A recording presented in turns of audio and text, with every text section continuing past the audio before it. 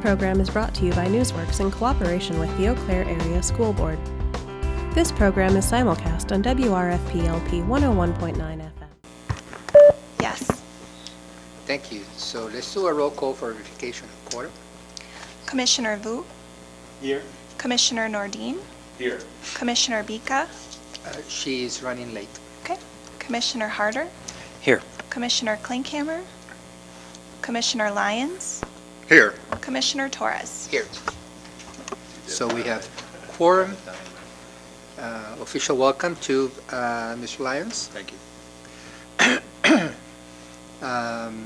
There is a matter that we need to discuss on closed session under 19.85 1E. So I'll need a motion to adjourn to closed session. So moved. And a second? Second. Thank you very much. Those who approve going to closed session, please say aye. Aye. Those who oppose and abstain, thank you. So we will come back to open session at 5:30.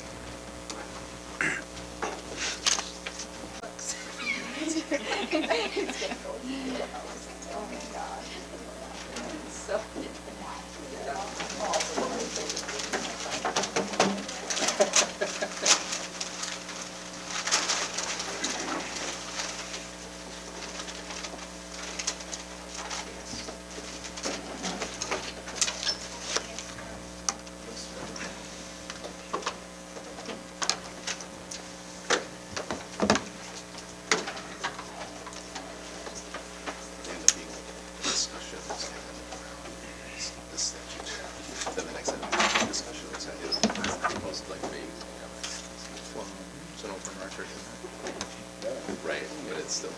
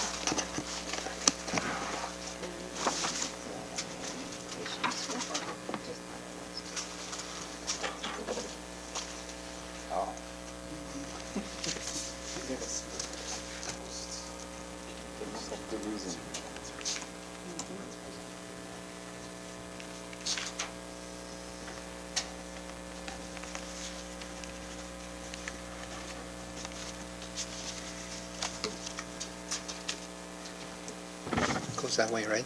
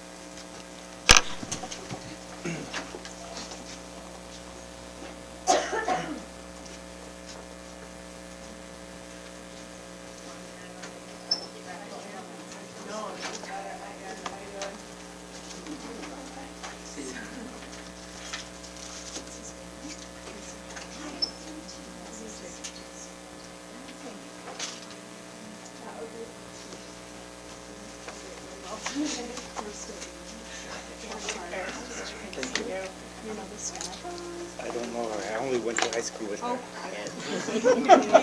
Hi, it's nice to see you. We've met each other Yes, before. mhm. We've met, and hi, Phil. Good to see you in this different capacity. Tonight.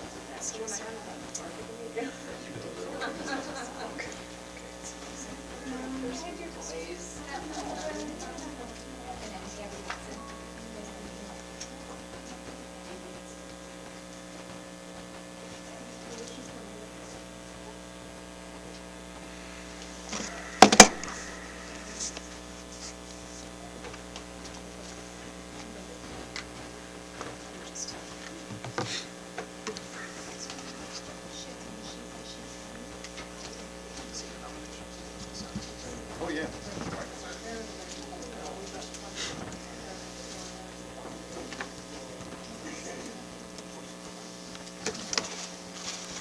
More coming together. Your finger will be blistered.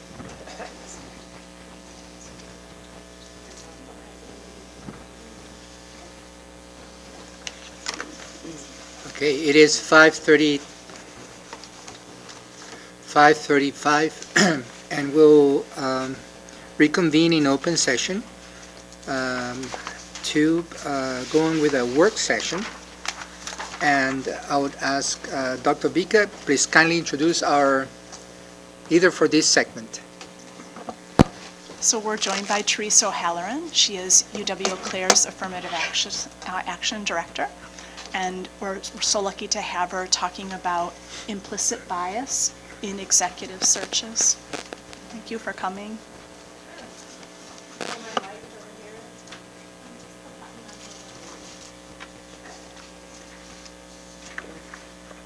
Okay. So yes, I'm Teresa O'Halloran. I work at the university. One of my roles is kind of oversee our search processes, and in that capacity I do work with Lori and Charles and Eric, and they've heard some of the information already that I'm going to talk to you all about. Some of the stuff that we do in our searches at the university isn't going to be very relevant or helpful, so I try to bring some of the information that might be of use to y'all, especially focusing on how implicit bias can manifest in search processes. And I'm assuming that many of you have heard of that concept of implicit or unconscious bias. That's a whole different field that I am not an expert in. I just kind of try to focus on the search process manifestations of it. And I've done this research before on these, like, what's available. There's for, like, quick video explanations of what goes on. UW-Madison has taken a stab. There's this video, Introduce Kim. Have you seen that? You're nodding.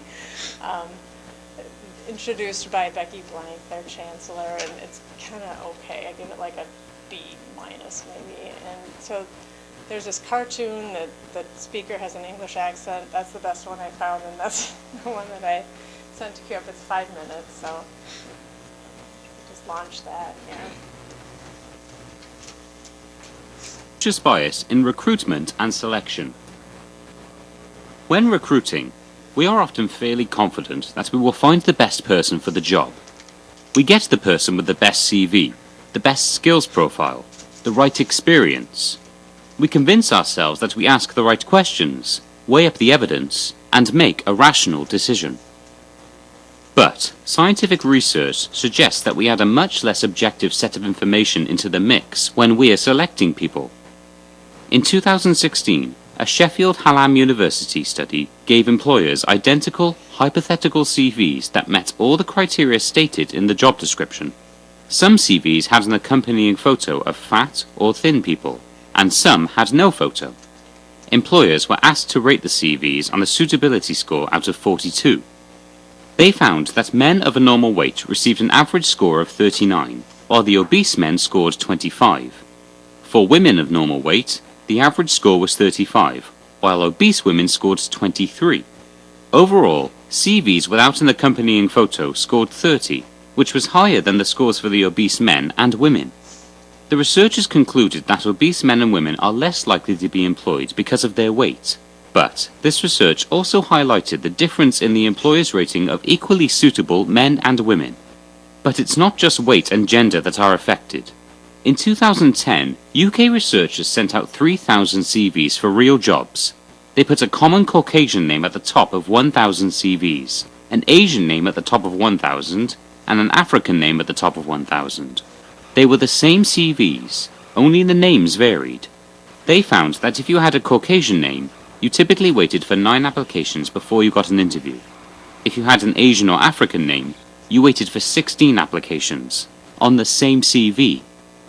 The scientific research suggests that this effect is more likely to be unintentional, driven by patterns wired into our unconscious brains and neural pathways, influenced by our background, cultural environment, personal experiences, and also by the media we are exposed to. Similar research from Sweden suggests that we are likely to sift out people who gained their qualifications in another country. We also seem hardwired to prefer tall people, particularly tall men, as leaders. We unconsciously see more attractive people as more socially competent, and see names that are more familiar or easy to pronounce as more competent.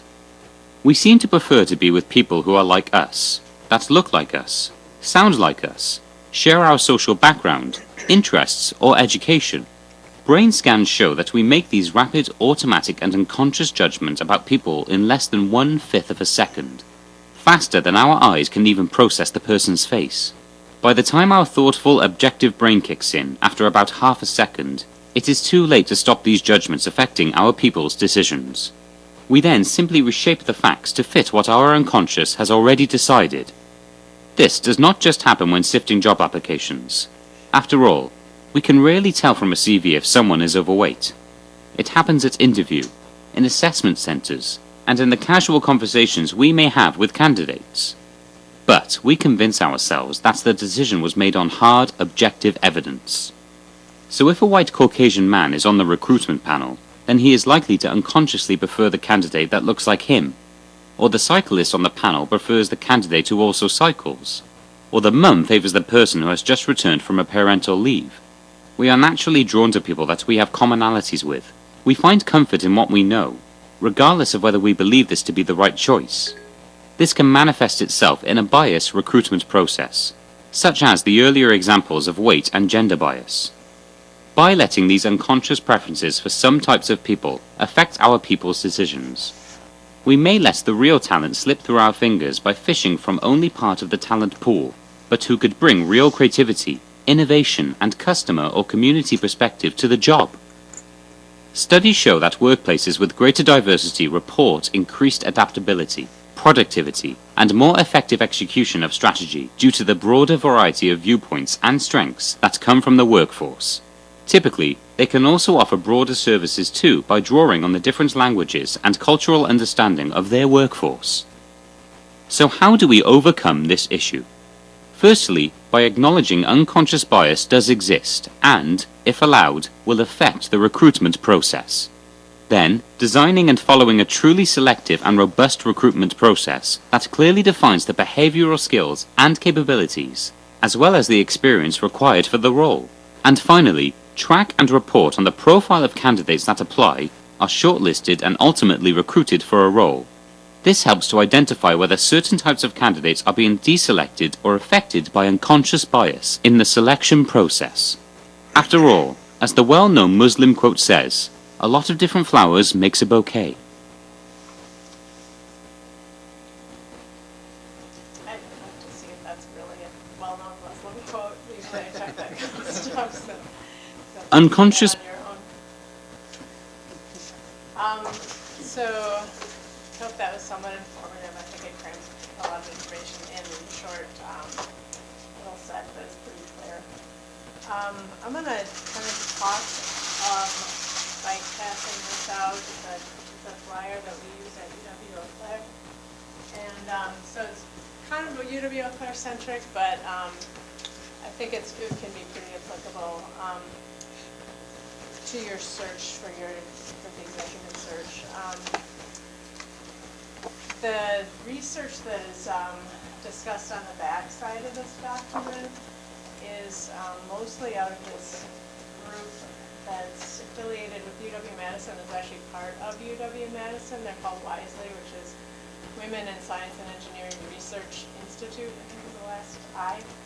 And they've, for a very long time, been doing research on search processes and workplace bias issues, and trying to kind of optimize the process for getting diverse pools. And when they started, it was getting limited to science and engineering, but now they've kind of broadened out their scope to try and diversify searches in many different ways. And their research is good, and it's been really helpful to us in our processes. I dig out some classes that I can find them, otherwise I'll be really squinty. At UW Eau Claire, so we put together this flyer to kind of guide our processes. So I wanted to just go into, to follow up on what the video had said. If you look at that upper left quadrant with the orange highlighted language, within our processes, bias can play an unwelcome role, inhibiting our efforts to diversify the workforce. Assumptions based in race, gender, ability, age, etc., inhibit our ability to evaluate people accurately. And as you can see, if you read through, thinking that a writer is African American causes the scores to go down, if that's the only difference that people are told about. Blind auditions for women. You've probably heard stories of the orchestras where they start blind auditions and all of a sudden there's more women in the orchestra because the traditional biases against men is more capable at playing orchestral instruments is gone from the evaluators. I saw that you were considering maybe trying to take the names off of an initial evaluation of your applications. That can be a good strategy. Then it'll be harder for you to tell upon your first view of the applicants. It depends on how you're going to look at them. We have this online system that we use at UW Eau Claire, making it difficult to, kind of remove the name from that initial review. But some people take an effort to do that. If you raise your hand, someone to interject something, Lori? Just so that Teresa is talking about, the draft that we have of the rating form for written applications. I shared that with her, and you remember on the form it said maybe we use a coding system instead of names. So she's talking about. And sometimes you'll do that like at the outset with your first round of applicants and then giving them names later. Are you using letters of recommendation? So that would be a consideration because their names are going to be obviously in those letters. The white names get more interviews. Women are perceived less competent as leaders. And this is a very high-level position as you're going to be looking at, so that's going to be something that you want to be really careful about. And when they do provide competence as leaders, they're perceived as unlikable. So we, the women, we just can't win. And then the last bullet is about the letters of recommendation, and there is some coded language that you'll see, so keep an eye out for that. The women are sometimes damned with faint praise, excuse the swear in the middle of the sentence, but they're likable, they're friendly, they're hardworking, things like that you'll see. And then you'll see things more like, strong leader and those kinds of adjectives. So one of the fixes that I'll talk about for what do we do about all this bias is talk to each other about what you're seeing in the applications and in the letters. So just remember kind of some of that terminology as you're going through and looking at the applications and the letters of recommendation. Any questions or comments? Feel free to also ask about our processes as I go through. I'm not going to, like I said, get into really deep in the UW Eau Claire processes, but if you're wondering about if we have some analogous concern that you're having in your search, feel free to bring that up. So kind of like knowing what we know, what do we do to counteract the bias? And if you go to that upper right quadrant of this document, it kind of goes through some ideas. And one of which is to recruit widely. You've got a bigger pool, there'll be more different types of qualifications, different types of applicants with your basic qualifications that you're requiring. In that pool, the research piece on this that Wisely had done was the bigger the pool and the more, say, women in the pool, the less likely you are going to be to have your bias against women reflected in your analysis, and similarly follow the groups that we tend to have bias against. So to make that happen, especially at the kind of in the first stage, you'll kind of be doing, I'm assuming, some sort of like first run, have some conversations about who you want to look at a little bit more closely in your process. We try and be really generous in that first run and think broadly with this person of anything if we're unsure about a qualification, maybe we bring them in on a Skype type interview and ask them the question and figure out if they do have that qualification or not. And I always advise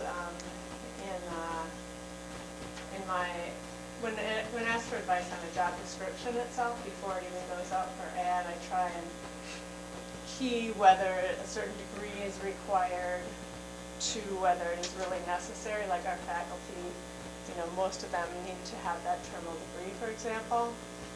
And a lot of like staff positions, the directors will start out wanting a master's degree for their new employee, and I try to push on them when they ask me for that, just because I want to make sure it's really required. Because I think, did your job have a preferred degree? There are a lot of requirements I know within this, kind of the certifiability section, but I usually try and get the strong requirements into a preferred category. So that's like in that first phase, you're going to look at, okay, who's got all the requires. Maybe if they don't have all the prefers, they can make up for it by being really strong in the other prefers. I'll really like them on the requires. Then maybe once you get to your second stage where you're bringing them in for the next phase where you're really, just there are fewer of them and you're really considering them really strongly, you're going to want to, hopefully you'll end up with people with more of those preferred qualifications as well. But having not all those really years of service requirements, like a lot of times the staff jobs at UW, so like, we need 10 years of experience in this field before they can work in this job. And that's kind of a pool killer, so. Things like that to think about, and I know your ad's already out, so I won't belabor that point too much, but one of the things I tell search committees at Eau Claire to be careful of is don't turn a job duty into a job requirement, because sometimes they'll list the duties and then they'll be like, oh, now it's a job requirement for somebody to have experience in one of the duties that's listed. So that's one thing to be cautious of. As I mentioned earlier, talking about your bias, it's uncomfortable to talk amongst yourselves about that. I get that. So if, you're in a conversation later, you say, remember when Teresa told us we're going to talk about this, and we are going to feel bad, and I'm not trying to judge you guys, or hopefully you'll be able to let your defenses down a little bit and not assume that you're judging one another. If you say, when you say like that person doesn't seem to fit in, let's examine a little bit what you mean by that. Things like that are good conversations to have. Excuse me. Another thing that helps kind of building on that criteria piece and the duties that I mentioned, to talk about your criteria in advance. You've got a list of things. You're going to want to have very well understood, common understanding of what each of the qualifications means. Degree is pretty easy to understand, but sometimes there's other qualifications that are a little bit more subtle, like even excellent communication skills. What do we mean by that? Can we give some examples? How would that manifest in the resume or letter of application or a reference letter? What are we really looking for?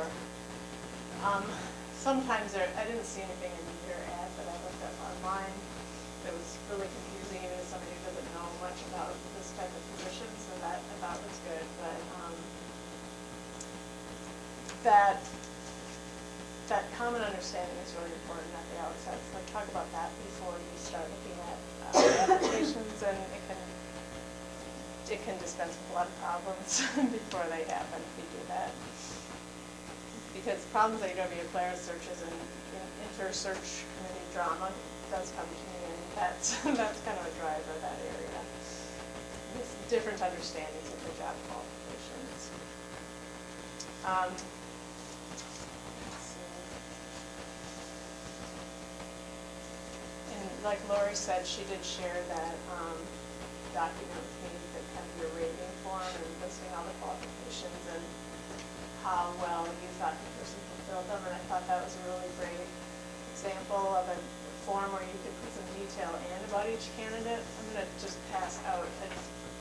really short form version that we use at UW Eau Claire. It's just a spreadsheet, and we put the candidates' names on one axis and then the qualifications across the top. So we can just have a real summary document that allows us to kind of think about the whole pool at once with a quick glance, and kind of also keep track of them as we process people through. There's some of those are color and some of them aren't, otherwise it should be the same.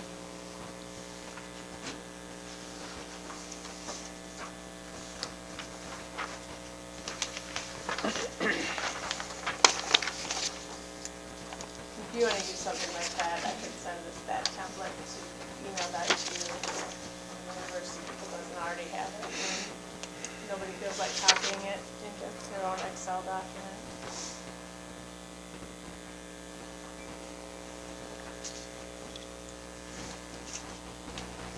But like I said, I think you got started with a pretty good, one person at a time analysis as well. I try to avoid coming up with numerical scores for people, like say you went through your whole elaborate analysis of the 2 or 3 pages of rating the people, and then you end up with like a 24. And then you'll end up in this, oh, this other person was a 30 though, we gotta bring them in and not the 24. Then you've kind of forgotten. There might be some more important elements, and your grading scale is the same for each area, and so just kind of try and talk about the people with the real qualifications rather than a number, because that keeps you obfuscating things that you want to remember more clearly. How many applicants are we guessing? Are you guys have a pool or anything about how many people are going to apply for this position? 2,000. Maybe 3. Between 3,000 3,000. and 2,000? Oh, okay. Between 2 and 3,000. Oh, yeah, that would be a problem. We have 1 so far. 2, yeah. 2, we have 2. I There we go. in the files of the search that resulted in your advanced highlighting, I believe there were 37. Somewhere between 2 or 3 and 37. The reason I ask is because the more applications there are, just the more unwieldy your process gets. Of course, you're going to want to have a good number. Hopefully you'll get like 5 or 10. We've had searches at UW Eau Claire that had 2 people and resulted in success, and 15 results in success. Not to make anybody nervous there, but some of these screening suggestions are really to kind of guard against overly quick or distracted readings of the process, readings of the application because you're in a hurry. And the most common reason to be in a hurry is that you've got overly huge stack of applications, but you have to look through them all. So it looks like that's a problem that you probably won't have, so that's a good thing.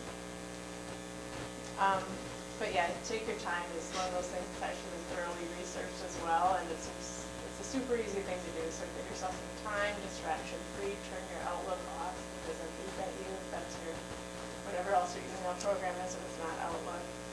I find for myself that's the most distracting thing I can do to myself during the day, is if I'm trying to do one thing and then email pops up and I'm like a squirrel thing. It's like, oh man, that's a squirrel. I gotta pay attention to that now instead of what I was doing. You forget what you were doing, and et cetera. So, talk a little bit about holding yourself accountable. That's you yourself, for kind of this bias analysis, like what am I looking at with this person? Ways to keep yourself honest on that is really keep that form next to you. It's one way. What am I analyzing them on? Do I think they're a great guy, like the video said, they're the biker? I thought that mom thing was a little bit maybe women biased evidence. Did you guys, anybody notice that in the video? Yeah, nodding, some of the moms. Anyway, if you have the criteria right next to you, it's less likely that you're going to slide into that kind of like, I don't know why, I just thought they seemed like a great person and really capable and competent. The bottom left of this flyer has some of those things to watch out for, like if you're hearing yourself making assumptions about family responsibilities, wondering if somebody would want to move to Eau Claire for this job. We find that all the time. Oh, why would they want to move here? Does somebody from the south and it's cold up here? Well, they applied. We could assume that they'd be willing to consider moving to Eau Claire.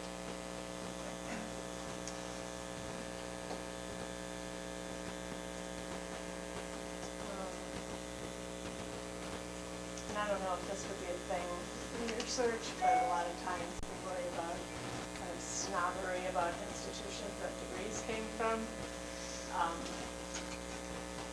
The kind of institution that UW Eau Claire is, we can't afford to be like that. I'm a UWC graduate, so I can laugh. Okay. Yeah, but other people probably could too.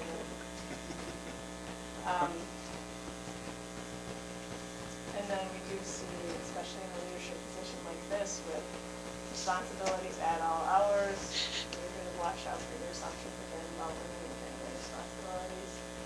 I remember even when we hired Chancellor Jim, there was like, well, he's got young kids, and it's like, yeah, and it's a really qualified candidate. We don't want to, throw that out those folks that have kids as chancellors. So things like that to be careful of, they really do happen.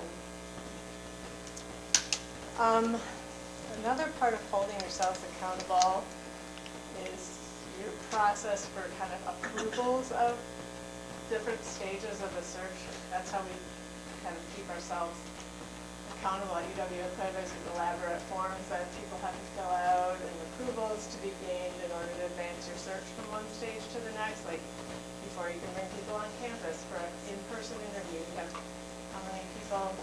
Charles and Lori and Eric have to sign, 8 people to sign up on a form before you can do that.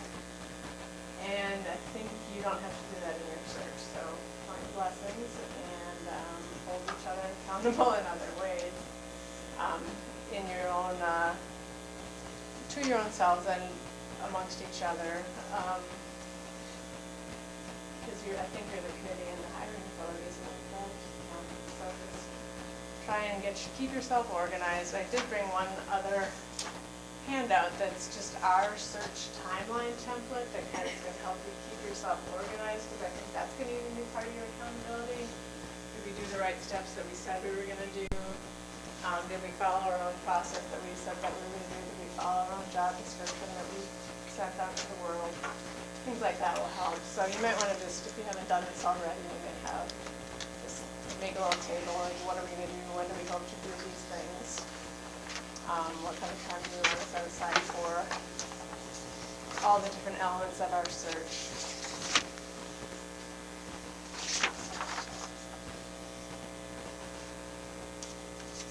So on that slightly anticlimactic note, that is all I scripted myself to make sure that I said to you all.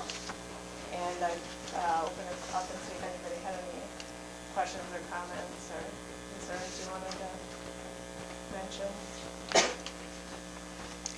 Thank you, Teresa. Any questions for our guest? Thanks for having me. I have a question. You do have a question? Yeah. All right. So out of experience, I know that whenever we are studying the applications and identifying and having discarded the ones that don't have the minimum requirements, and then once we identify those who might have the required qualifications and preferred qualifications, and we report our selection of, pre-candidates for phone interviews. I know that there is I don't know how to call that, but sort of a quality control of the process, because sometimes we receive feedback that some candidates may have the minimum requirements and the preferred requirements, and yet they were not included in the pre-selected list of candidates. So how do you arrive to that conclusion? So sometimes that feedback that Eric's talking about comes from me. Sometimes from others. Like I said, there's about 8 approvals for the kind of the phase of the search that he's giving as the example. My feedback is a little bit different than others. So like, deans and provosts, people like that, and the example of the fact that the search are going to be signing they're going to kind of be doing that qualifications only analysis. And as the director of the Affirmative Action Office, I also have access to the demographic information that the candidates are sending in. And what we collect is race, sex, veteran status, and disability status. And I usually try and do a check-in when the search committees are at the stage of who they're going to do a screening interview with. Like we've kind of tried to do that being generous stage where we're interviewing anybody who we may be interested in for like a half-hour or 20-minute phone interview. But depending on the size of the pool, if it's large enough to warrant that. And I'll do the demographics and see if we have, go check probably earlier to see if the pool is demographically diverse as we hoped compared to my affirmative action numbers that we have collected for what we expect the pool to look like. And then sometimes if the pool isn't very diverse, we can take, due diligence measures like do more outreach back to the drawing board, extend our application date to get more applicants. If they have a more diverse pool, maybe we'll do outreach at a specific university that we know it turns out a lot of diverse grads, or Women in Science magazine, or different blogs or student affairs types of publications cater to. I think there's like a student affairs national publication that is for like student affairs professionals of color, for example. More advertising to broaden that pool out if it's entirely not diverse, especially if my numbers are telling me it should be more diverse. And then sometimes if then we have a diverse pool and then it's not tracking up, like then diverse pool and then the non-diverse telephone interview group, I have a conversation with the search committee chair and say, what's going on here? This is how it's shaping out. That looks funny to me, and we have different conversations. A lot of different reasons for that show up, but sometimes that will, for the affirmative action analysis, there's only very light touches that we can legally do in the employment arena that are still legal, since all these cases in the courts try to tamp down what we could do in affirmative action. But a remaining legal strategy is adding people to interview lists, and so we try and do that at the phone interview stage, because it works pretty well in the process, because a committee can give a person a chance, and I say, who's your next 5 people who you didn't choose for your phone interview, and we'll run the demographics on that, and hopefully we'll have some more diversity in one of my 4 categories in there, and then we add people in from, a lot of times that ends up being, a person that does advance to that next stage, at least of on-campus interviews. So doing some good, it's still legal. So that's the piece I'll put in, but sometimes also Dana put in, like, you still need to be thinking more broadly. You are a department that, loses candidates at the end in some of the super competitive hiring areas, like we have really a lot of trouble in accounting and nursing, and just nobody in the pools for the jobs. There are jobs where jobs in industry pay a lot more, they're a lot more attractive for many reasons, and so very small pools. You have to interview the people that you get in the deals and found that because of that. So there's different reasons to do that. And like I said, your accountability levels are going to have to be built into your own processes for that. And as far as demographics checks, I don't know if we built anything in, or even if we do it, like a survey of demographics. Sometimes, we have in that electronic system I mentioned where all our applications are, they have we get really good data. When we used to send out a form, we get about 20 to 30% response. And with some external searches we've recently done with search firms, that's about what we are still getting, is that level of response. But in our system, we get about probably 80% of the people are answering these questions. So it's pretty good information that I have to share with the search committees. So sorry for the long-winded answer. It's a pretty interesting area for me. I guess I could add to that I did get I asked Teresa for the current version of the university's affirmative action form, and I also have the current version of our own from HR. And so we will use that, where essentially the same. We have not talked about that before, us together. but that very same process where all applicants will receive that affirmative action data collection form, and then they can choose to voluntarily send it back. It's the very same that HR is currently doing with other positions. The one that I shared with you, Lori, is from our searches from Floridi's consultants, Yeah. and that was developed from our online application system. It's kind of done it on SurveyMonkey instead of a piece of paper is what they're using now. So if you're worried about different aspects of that, but it might be different ramifications of some of that where you're going to talk to your own attorneys about it. What would people be worried about? Just kind of like the touch points, like I said, it's pretty narrow where, what you can do to, the issue is you can't discriminate against even the kind of the traditionally non-oppressed race or sex. So you could get, say, a disgruntled white person who didn't get the job, and the person of color got your job, and they say, well, you knew that this, and you only gave an interview because of that, and you only gave the job because of that race, and you're trying to diversify that you picked that. By doing so, you discriminate against being a white person. Is one of the probably the biggest legal risk. And that accusations get made like that all the time. We only had a couple in my more than 10 years that declare that charges and sort of litigation level, and none of those have even been lost since I've been there, but it's just something.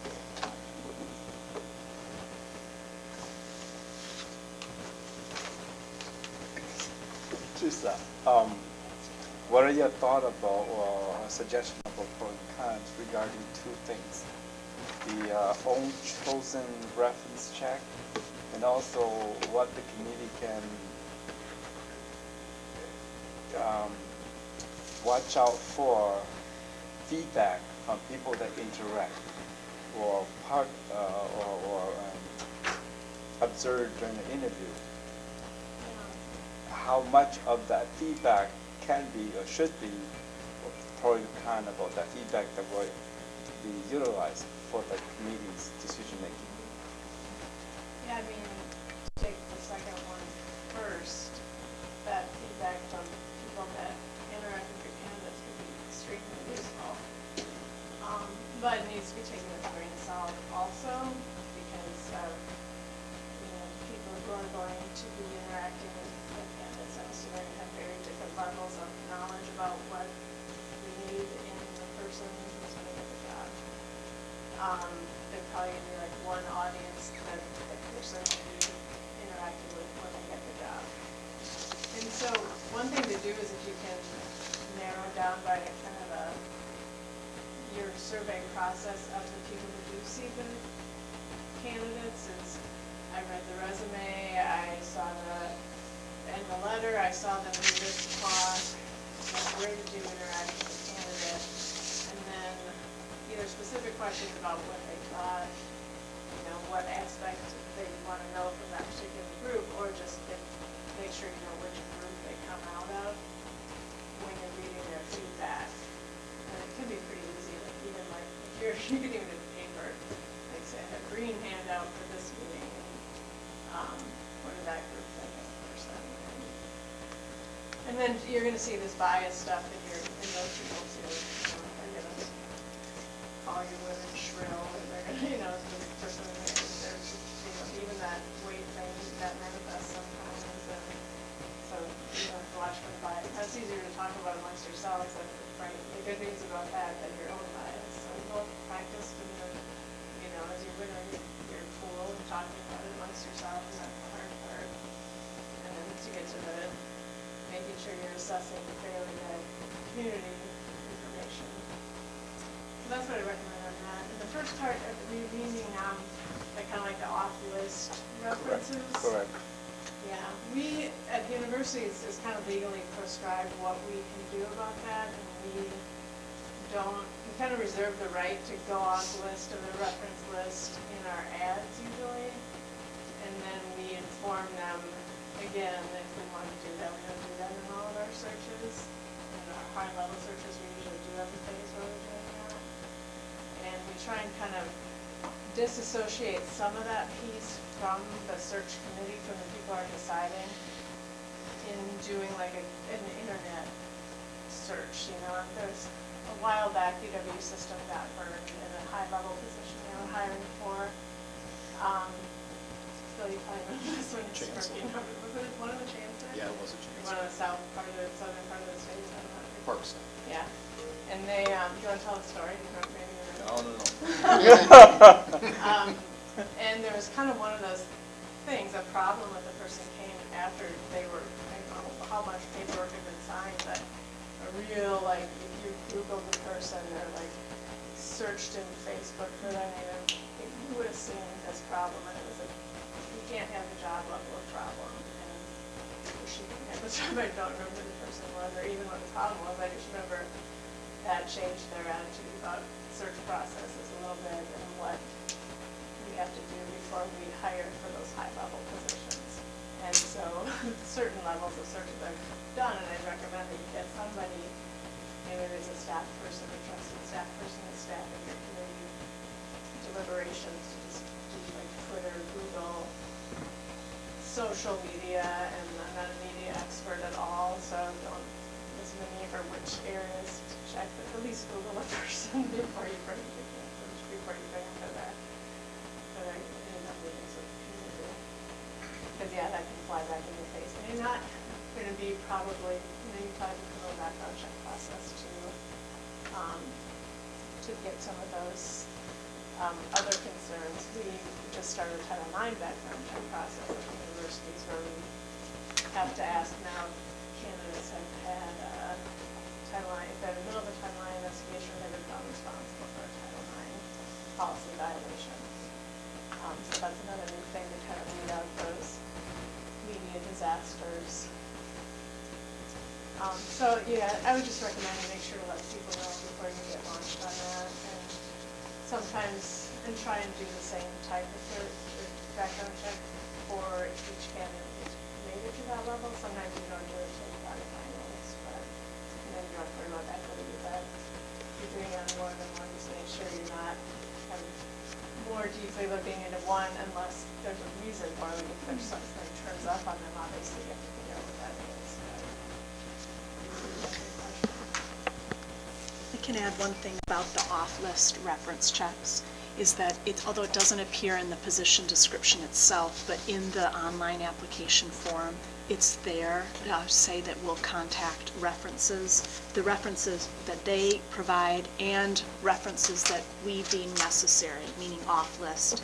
And it's there in what they're signing off on, including that everything they've put in their materials is accurate, and so they, I guess, they've been notified that Okay, off-list so we do have that window. Off-list is coming. Okay. We're just careful with that usually because sometimes people are working in a place where they're just going to get fired, found out that they're looking, so. And if they're, depending on how serious they are about our job, some people will actually withdraw before that, before getting made public.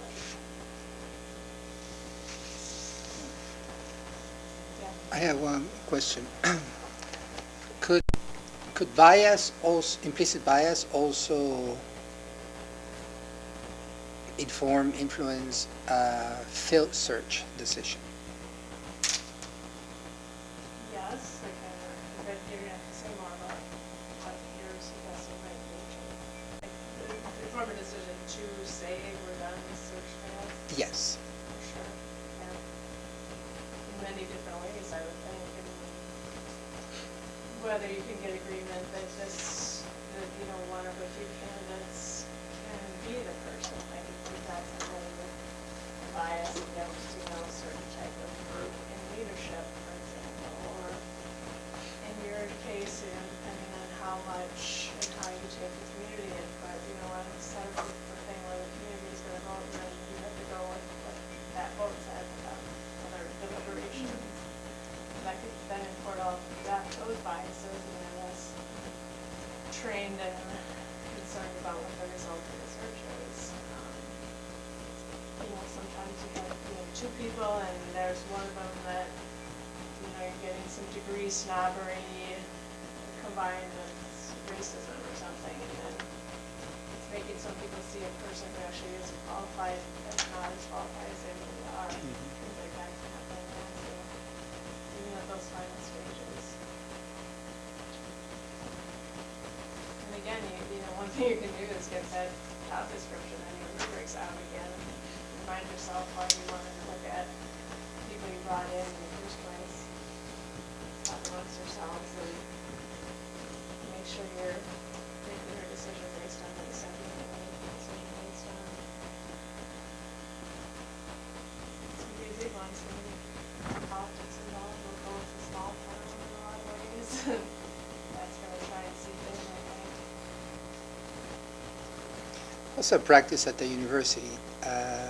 Is there an implicit bias training as a feature of every search at every level? Most of them, yeah. I mean, we're trying to make sure, sometimes they'll like multiple faculty titles in the department in a year, and we go through the same spiel for the same people more than once a year. But we do try and sit down with them and find out where they're at in the process, and try and make sure the job descriptions are written well and carefully and things like that, that are other ways to mitigate bias than actually just the unconscious bias training, because I think that a training like watching a video can be very overrated as a stopping of bias in your search process. Because it's just you to watch things at every step for that. And, there's conscious bias and other things that aren't even that related to bias that you have to worry about at all stages of the process. That's why it's good news that like having a good process is one way to mitigate bias, because you're learning the process at all sorts of reasons. I'm starting to not envy you all this work that you have ahead of you. That's your job is different tasks. I do have a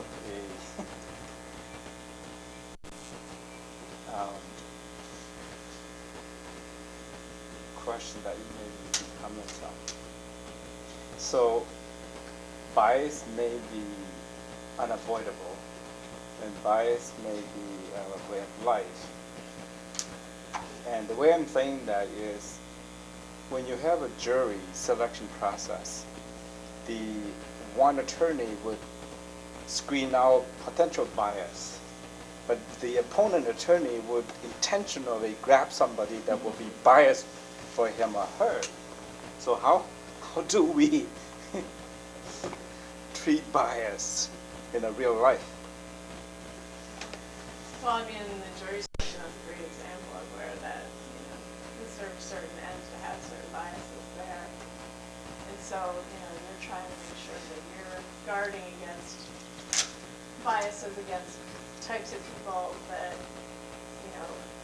that are categorized by categories that should be irrelevant in the search process. Like you want to have bias in favor of people with experience as school district administrators and who have good educations for such, jobs, teaching experience, whatever the case may be. You're biased in favor of those people, right? And that's going to serve you well. I'm assuming all that's in your job description.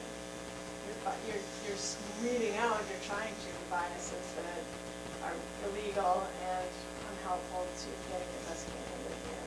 So you're going to be kind of weeding through which type of bias. Is this a good bias or is this a bad bias? Yeah, I mean, that's in terms of in-depth bias trainings, it talks about, why we don't like this, things like that. So it's helpful to sort people and places and things. So yeah, that's the long version that I'm incapable of doing. Somebody in Laura's department at the university, they know about that level of depth. Thanks again. I'm happy to take an email later on in the process if anybody wants to consult on anything. Whatever your process we can do to make that fair and legal and comfortable. I'm happy to help if you do anything in that process. Thank you, Teresa O'Halloran. Good luck.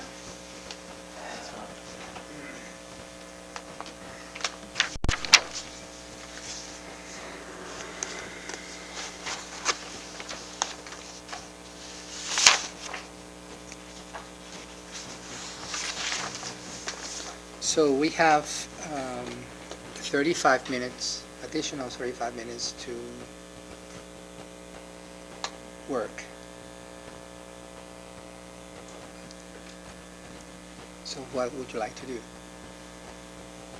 still have a couple of questions. I'm curious about other people's opinions that are biased. Okay, let's have the talk then. And if time permit, maybe you can ask us question when we talk about, we are closer to the deadline, but we have two candidates. What more do we need to push? And in what direction to push? Yeah, I guess I don't think of us as close to the deadline. Oh, okay. Okay, all right, that's good to hear that. Yeah. One thing that I learned since the last time I saw you, I used a strategy that I didn't know. So I was trying to determine, could we capitalize on anything from the weekend system, which is so I knew so weekend, which is where K-12 posts positions, that it's not generally used for superintendent positions. Some small districts post a weekend, but most don't. But it is highly visible. So trying to learn through the folks in HR, could we leverage any information in that system to help our search? And what I learned since the last time I saw you is that WeCan allows, it will run reports so that, for us to place our superintendent job description in WeCan, the problem with it is that it would then become basically public information to everyone who works in HR. Everyone would see it, and you can't really block that.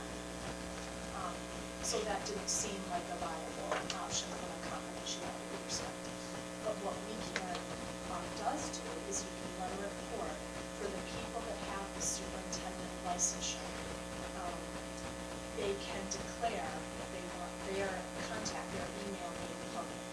So just as of last week, I think the process, there are about 129 people currently that have the licensure in Wisconsin. And I'm sending individual emails to each one of them. So I think that's kind of a boom. And thanks to HR firms, Hannah actually that came up with that as a strategy. That Nathan probably would have come up with it, but you were out with a sick child. That's all I know about it. But that was to Hannah's credit there, that, that's a strategy where we can get at individuals who have the licensure. And I don't know what it will produce, but it's another strategy. So we've been working on that and been contacting universities that compare candidates with the license. That's clever. And Hannah will, I don't know how often new people will enter that WeCan report, but we'll look at it each week and you can filter it so that we only pick up the new people and send those to us. I don't know how. Can we use the tool of confirmation of receipt? So that it's like we're not shooting out in the dark and not knowing if that information reached the target or not. Oh, I have not done that. So these are people that have just entered their own personal information voluntarily, I guess, so I assume. Right, but you were going to email them, and can it be that the email reached them or not, bounce back? I mean, I can change that. I haven't been doing that, but I can change that.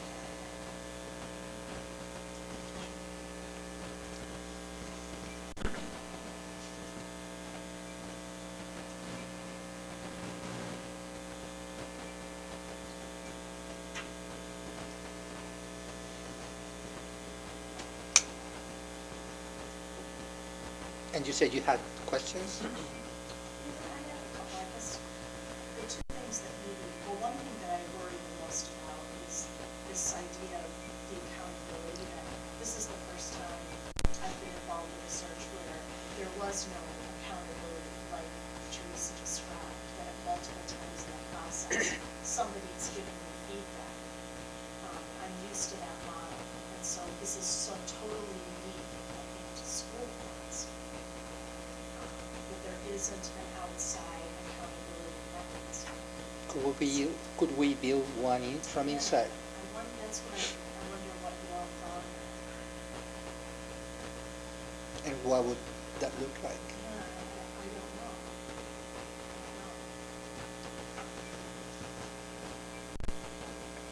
know. I'm just thinking out loud. If before we even started the search, I think if we can critically come up with a few steps that we will do to ensure that we minimize error and that we did our best. Not to create things as we go, but have that step in place before we start. Perhaps we could split up in teams. Remember, not all of us were going to be able to read the whole set of applications, only some. So perhaps those who can't, whatever the reason, could be the second team to review, to do the flip reading, right? Why is it not, why given that has the preferred qualifications didn't make it to the pre-select? Does that make sense? But that would be stage one. Correct. The process of the screening itself, but the final, when we're already almost ready to make that. That'll be too late. Well, I'm saying we need to have that tool of checking Points? at different points. Not just one point, but at different points, Yeah, at different that's stages. true too.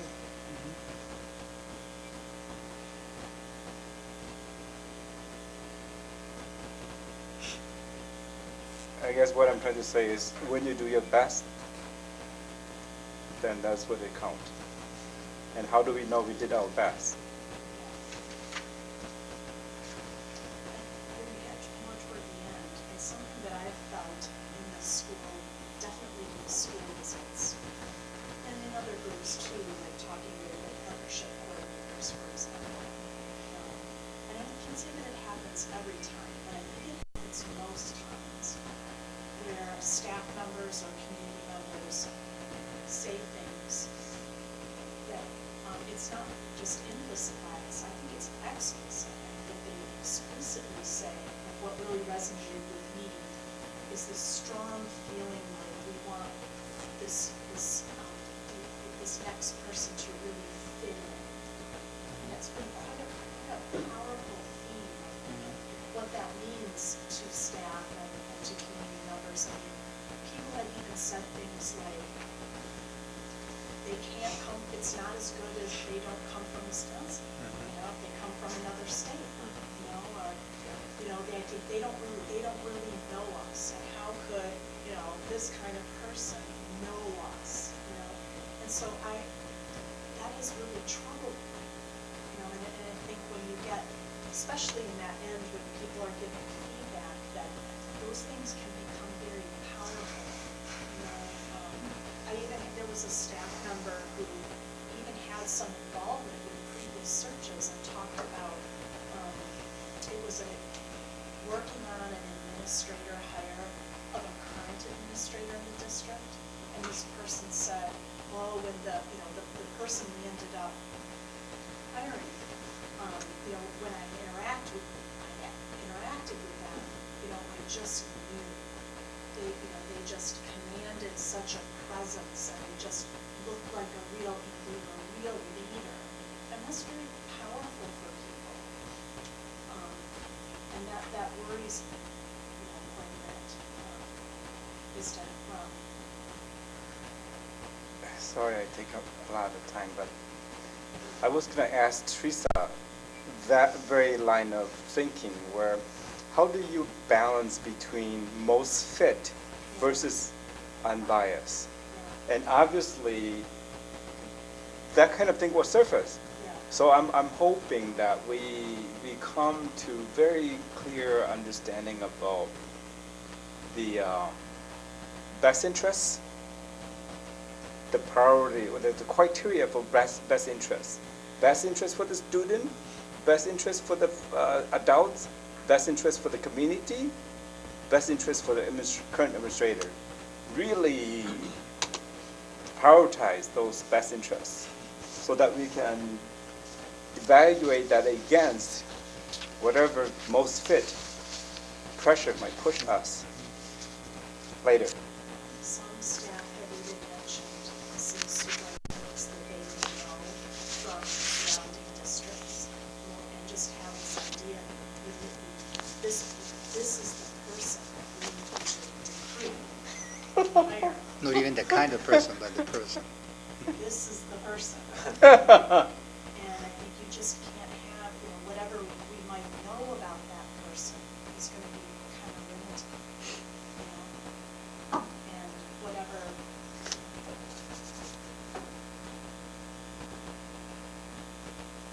So best interests is important. What does that mean to us, best interests? Yep. I need to take a look at your process because I'm not completely familiar.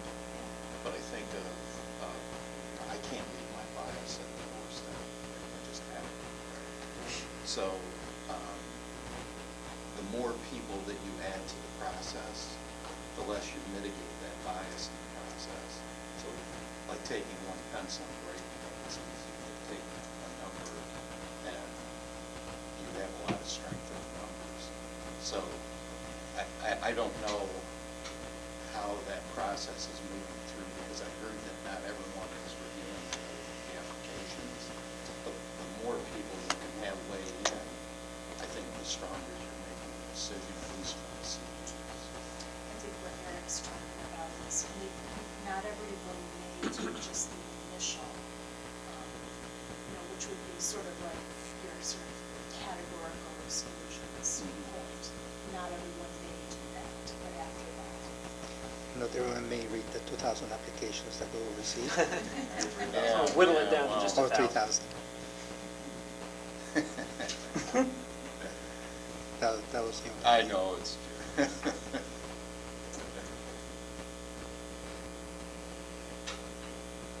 I think that we could think about some level of accountability, let's call it that way, even if it's just a round of conversation. Okay, we'll stop and let's look back what we've left behind and revisit.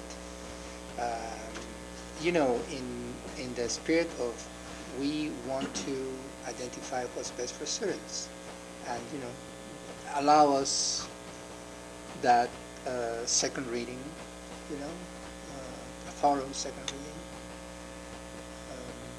Not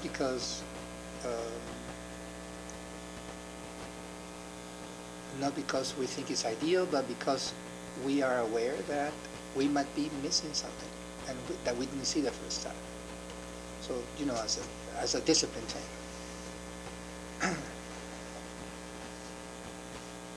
So we'll have to read again those 3,000 applications. I found a lot of valuable information in this presentation, but one of the points that really resonated with me was just stopping and taking the time to discuss amongst the group, and that we build in those checkpoints along the way. I think will help a lot. Obviously, there were some other good points in here too, but I do that one really resonated with me. If we can include that as a step in the process, that would be great. That would be one way to introduce that level of accountability as part of the process. I know just from talking with Teresa about when she's kind of preparing for this, and she had said, we have to just, who do we answer to? And she said, we have to just account to each other. Yeah. And what does that look like?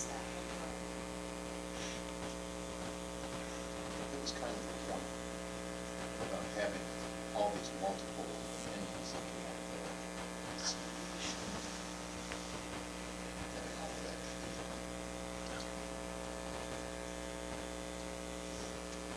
Maybe that in itself is a good thing, that we know ahead of time that the bus stop at us.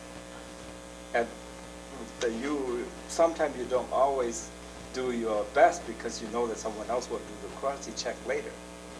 So you don't give your best because you know that your word isn't final. But here we know that our word will be final, so we have to really do quality check before it gets to that point.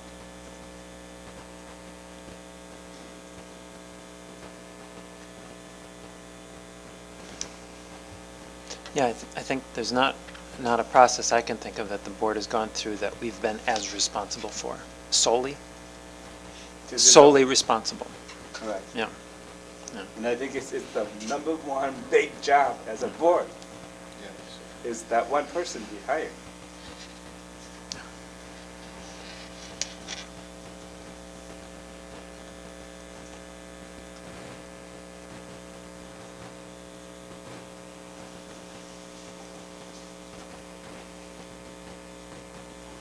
Any other question?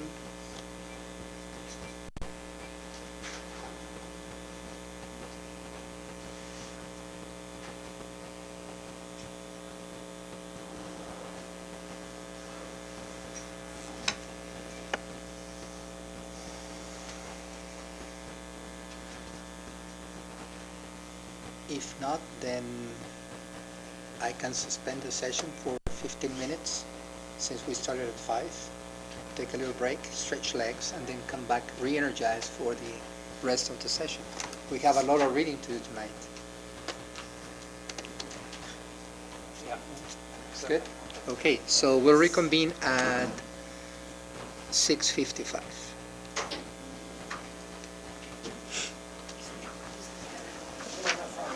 Good evening, it's 7 o'clock. It's time for us to reconvene in open session. For those of you who just came, we started earlier tonight at 5 with a closed session for business, and then had an early work session at 5:30 with the full board membership. Now we are ready to continue with our agenda for the night, and we verified the quorum, and now we have the time that we always reserve for the Pledge of Allegiance, and we have a special guest tonight.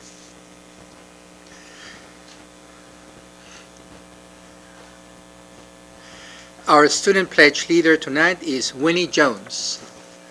Winnie Jones is a 5th grader at Putnam Heights Elementary.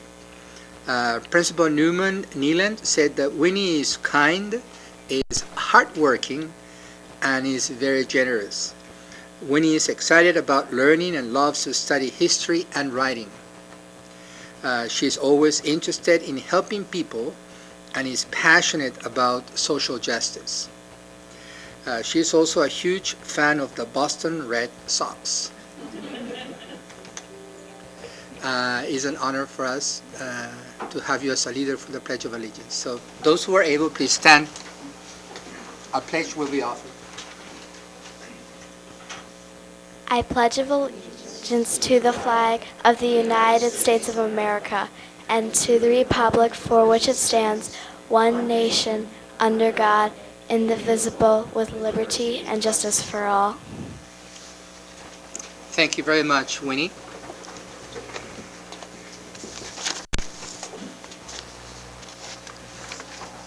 Our next point in the agenda is the public forum.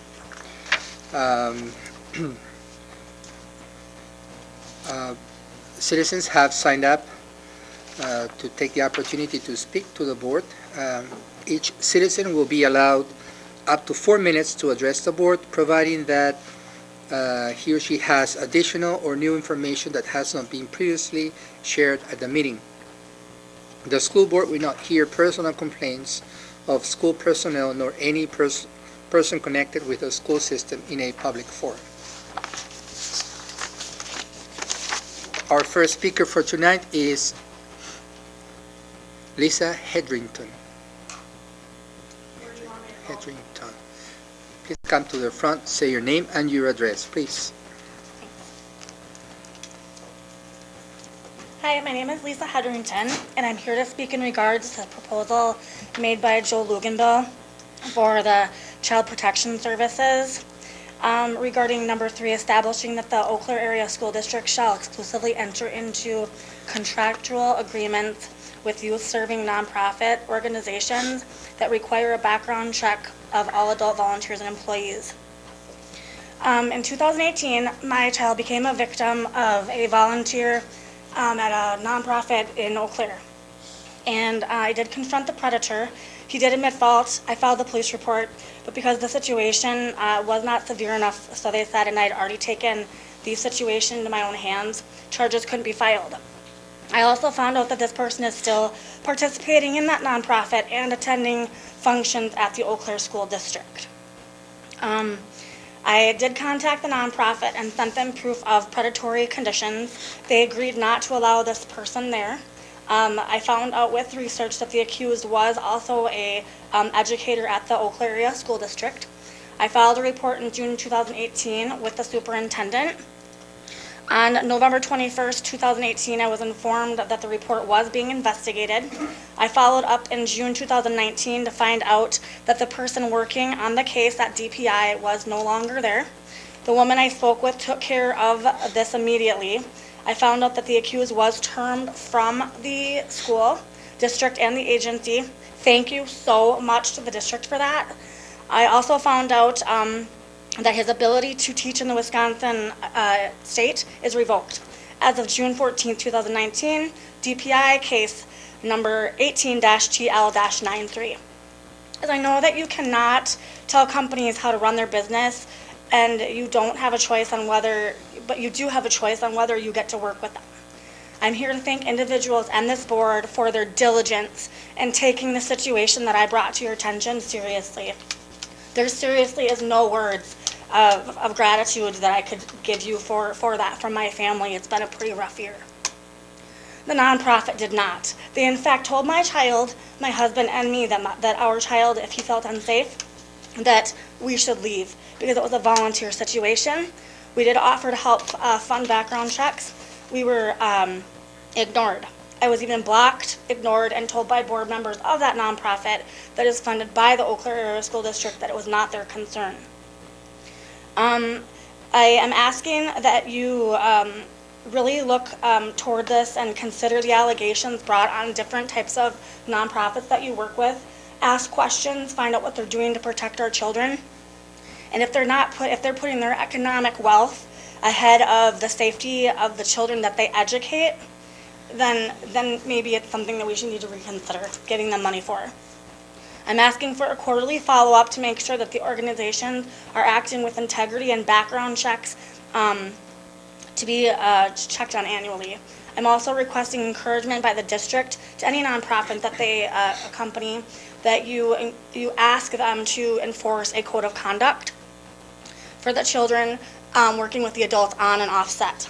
Social media is a very powerful tool, and I watch my kids' phones regularly. Had I not been going through my child's phone, I would not have found what was on there, and I firmly believe that it could have escalated. When I asked my child why he did not tell, he told me that he was scared. Children need an outlet. Some like sports, robotics, theater, etc., whatever they fancy. But regardless of what a child's outlet is, they deserve to be in a safe environment. As a parent, I should be able to trust people of leadership and authority where my kids are concerned. If leadership is complacent, then new leadership needs to be done, or new programs need to be funded. That's it. I'm just asking that you please vote for this unanimously and pass it so that nonprofits will have to run background checks on the adults and the volunteers and performers. Thank you. Thank you, Mrs. Hendrickson. The next speaker for tonight is Ms. Sue Bornick. Sarah French is going to join me. And Sarah French. And Sue French. So, thank you. I'm Sue Bornick, Executive Director of the Eau Claire Community Foundation, and with me tonight is Sarah French, Executive Director of the Eau Claire Public Schools Foundation. Our foundations are here tonight to thank the Board of Education for considering the approval of the Solar on Eau Claire's fund of the Eau Claire Public Schools Foundation. Recently, the City of Eau Claire and Xcel Energy signed an ambitious Energy Future Collaboration Agreement. According to the City of Eau Claire, the agreement will further support clean energy goals through programs of innovation, customer service, economic development, and technology. The Eau Claire Area School District is following the same path. Recently, the Board of Education adopted a resolution to establish goals on sustainability, renewable energy, and carbon neutrality for the Eau Claire Area School District. In an interview with WQOW, Dr. Torres remarked, "We need to be responsible also, modeling for our students on how to take care of the environment, how to use limited resources. In that way, we can live better lives." The Solar on Eau Claire Schools Fund, held at the foundation, will be doing just that and more. The fund not only will save the district energy costs, but it has 4 primary objectives, and it's education, career awareness, transition to renewable energy, shared community work towards a clean, sustainable environment. Mr. Colliard is already donated half of the required solar panels, and an anonymous donor will match his gift when $250,000 to $275,000 is raised for the installation, and a 20-year maintenance contract with other related costs. The fundraising committee will have that exact number for the community once the district completes their formal request for proposal. Steve and Ellen Terwilliger are here to answer any questions you have. They're with us in the crowd, and they are our chair and co-chair of the fundraising committee. And Sarah? With that, Solar on Schools is an initiative of the, Couliard Solar Foundation, and that's a nonprofit working to install solar arrays on schools and emphasizing educating Wisconsin students on renewable energy sources that are environmentally and financially beneficial. Cal, being an old Abe grad, would like Memorial and North to lead the way in that initiative. Very exciting, by installing 360 panels on each of those 2 high schools. And so we're very excited to partner with Cal. What's especially exciting about this project is its gift in nature. Because the Couliard Solar Foundation's generosity and the work of the Solar on Eau Claire Schools fundraising committee, this project is being entirely privately funded through donations. So there'll be no cost to the Eau Claire Area School District. So we're very proud of that. We're very excited about that. Cal and Lori and their daughters, Claire and Elise, all on the board for the Couliard Solar Foundation, are also here to help answer questions about the project, should there be any questions. Thanks. Thank you very much, Sue Bornick, and thank you very much, Sarah French. And that's our open forum for tonight. Our next point in the agenda is the superintendent's report. Dr. Hardwick. Good evening, everyone. I'm going to first review the upcoming events for the school board. All of these meetings will take place at the administration building unless otherwise stated. On December 17th, there's a budget development committee meeting, and that will take place at 1 p.m. At 4:30 p.m., the Eau Claire Virtual School Governance Board will meet. On December 19th at 4:30, Demographic Trends and Facilities Planning Committee will meet. Then on January 6th, there will be a Policy and Governance meeting, and that will be followed by a school board meeting. We will break for winter break from December 23rd until January 1st, and students and staff will return on January 2nd. So, on behalf of the school board and the staff and everyone, I want to wish everyone a safe and happy winter break. We have 2 exciting things to talk about tonight. The first thing that I want to talk about is that the state of Wisconsin recently initiated a Global Education Achievement Certificate for high school students. In Wisconsin, school districts may award this designation, Global Scholar, on the high school transcripts of those students who demonstrate achievement toward global competency. DBI has published some general criteria that districts can use to then develop local programs combining coursework from world language, social studies, and other disciplines with independent work that students do to form a comprehensive, globally focused liberal arts certification for graduating seniors. And we have established several steps to work on this local certificate for 2019 and 2020, and also for the 2020-2021 school years to help students achieve this very special designation. And I think that, I and others will look forward to updating the board on our progress toward this certification over the next 18 months. We have initiated another program partnership with UWEC, and we are collaborating on an application for the Smithsonian Institution Traveling Exhibition Service Communities Engagement Project, and it's called The Bias Inside Us. And this application is due next month, and if awarded to UWEC and the Eau Claire Area School District, the exhibit will come to Eau Claire in February of 2021. The planning team has branded their application, and it's called Facing Bias, Know Better to Do Better. I think through the collaboration and working on this grant, one of the great things that has come out of it is whether we receive the grant or not, the work has started in this area. And as we do in Eau Claire, we've already have several partners who will support the project and provide their endorsement. And so, once again, we look forward to updating the board, and I think maybe Dr. Torres might have a few more points to make about the project. Thank you, Dr. Hardwick. And the next point in the agenda is the board president's report. So I'll just jump in. First, good news about the global certificate. That was an initiative that we started talking about 2 years ago, and it's finally coming to fruition. That is a very exciting collaborative project also, where the university will have an opportunity to work with district faculty. Tonight, I would also like to express our solidarity with students, faculty, and leadership at the University of Wisconsin-Eau Claire. We understand that in the wake of recent serious bias incidents, the teaching and learning environment has been seriously affected. We salute the effort of the authorities to bring resolution to the latest bias incident.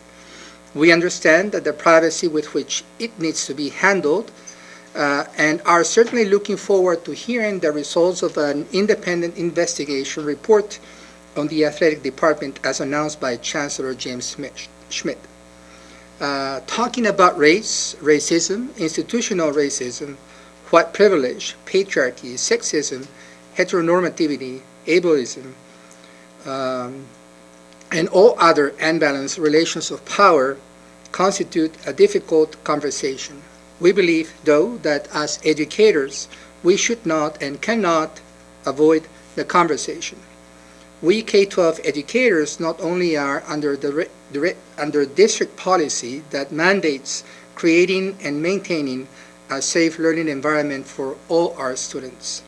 We're also under the mandate of Act 31, which establishes a clear, deliberate agenda for reducing and eliminating bias and prejudice in our educational programs and improve the human relations in our state. One of the privileges that we as a community of learners enjoy is the strong connection with our families and community at large.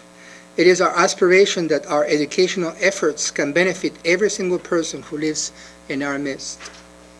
In that spirit, I would like to announce, like Dr. Hardwick just mentioned, also that we have initiated collaborative efforts with the University of Wisconsin-Eau Claire to apply for the opportunity to host in 2021 a Smithsonian Institution traveling exhibition entitled The Bias Inside Us. The preparation for this event has been a catalyzer of imagination and hope that will be harnessed and released in the shape of teaching and learning projects at K-22 levels. multiple interdisciplinary collaborative practices and will create multiple opportunities that hopefully will become permanent for the community at large to engage in the conversation around implicit bias, to see to what extent Eau Claire is a community that embraces equity, diversity, and inclusion, and the ways in which our local story contests or not the national narrative told through the exhibit. You will hear more about this project in the months to come, but regardless of the result of this particular application process, we are committed to working together with the university in reaching out to the community in this educational effort. That's it for my report tonight. We'll go to other reports section, and we'll begin with school board committee reports. And I'm sorry, I skipped this. I apologize, Morgan. Let me skip that. Student representative report. Hello. Morgan Prim. I'd like to begin by highlighting some of our sports teams. Both boys and girls basketball were victorious against Superior last week. Wrestling also beat Rice Lake. Boys swim and dive, gymnastics, and dance all had competitions this past weekend. Boys hockey faced off with Menominee and Rice Lake, and our girls hockey team beat the defending state champions and are on their way to yet another successful season. As I mentioned in our last meeting, Orchestra had their annual Cookie Walk fundraiser. This event was a huge success. It not only raises money for the Memorial High School Orchestra Department, but it also gives the orchestra program an opportunity to bridge the gap between the Memorial or the high school and middle school levels by allowing the students to play side by side. And not only it encourages the middle school students to continue their careers in art as they continue their education. I'd also like to highlight the Eau Claire FFA. This group is composed of students from both North and Memorial, and for the past 12 years they have been conducting an Adopt a Family project. This year, 3 families were selected by counselors with huge needs. One of the FFA officers, Emma Johnson, went to the Cleghorn Lions Club to present about their project and ask for financial assistance. Cleghorn Lions Club generously donated $1,500 to the Eau Claire FFA to split between the 3 families. This grant will allow students to continue their project and make a positive impact among their local community and peers. And that is all for my report. Thank you. That is wonderful. Thank you, Morgan. Congratulations. And now we can go to school board committee reports. Let's begin with budget report. Thank you. Good evening. The Budget Development Committee will be meeting tomorrow, Tuesday, December 17th at 1 p.m. and we'll continue our work from last Tuesday's budget meeting, including the development of the committee's report on historical budget trends, our work on putting a charge together for the proposed staff budget outlook working group, and we'll continue our look at our approaches to preparing for tax changes coming up with the 2020 debt drop, among other things. Thank you very much, Commissioner Harder. Let's go with LEAP Committee.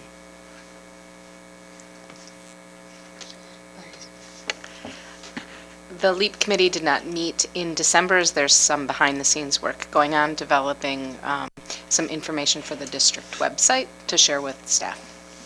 Thank you very much. We can go with Demo and Trends. As Dr. Hardebeck reported, we will meet on Thursday this week. Thank you. We can go with Policy and Governance. Policy and Governance met this morning to continue work. We approved the final draft of a policy that amends language for